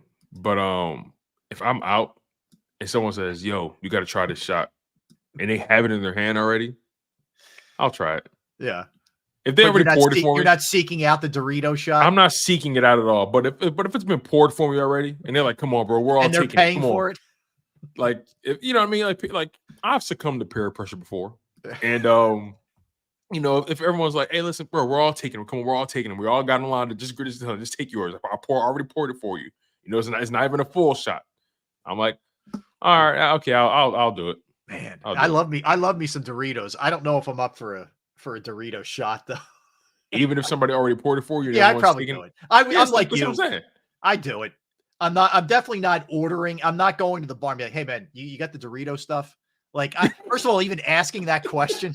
Can you imagine? Can you imagine the bartender who would be like, dude, what? What is going on with you, man? How many have you had already? You know? Oh my God, that would be hilarious. I'm just picturing like, I'm just picturing just that whole reaction after you take the shot.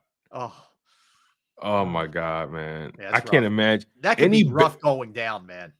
That could be real. That can actually ruin your affinity for Doritos. It could ruin Doritos for you. That's true.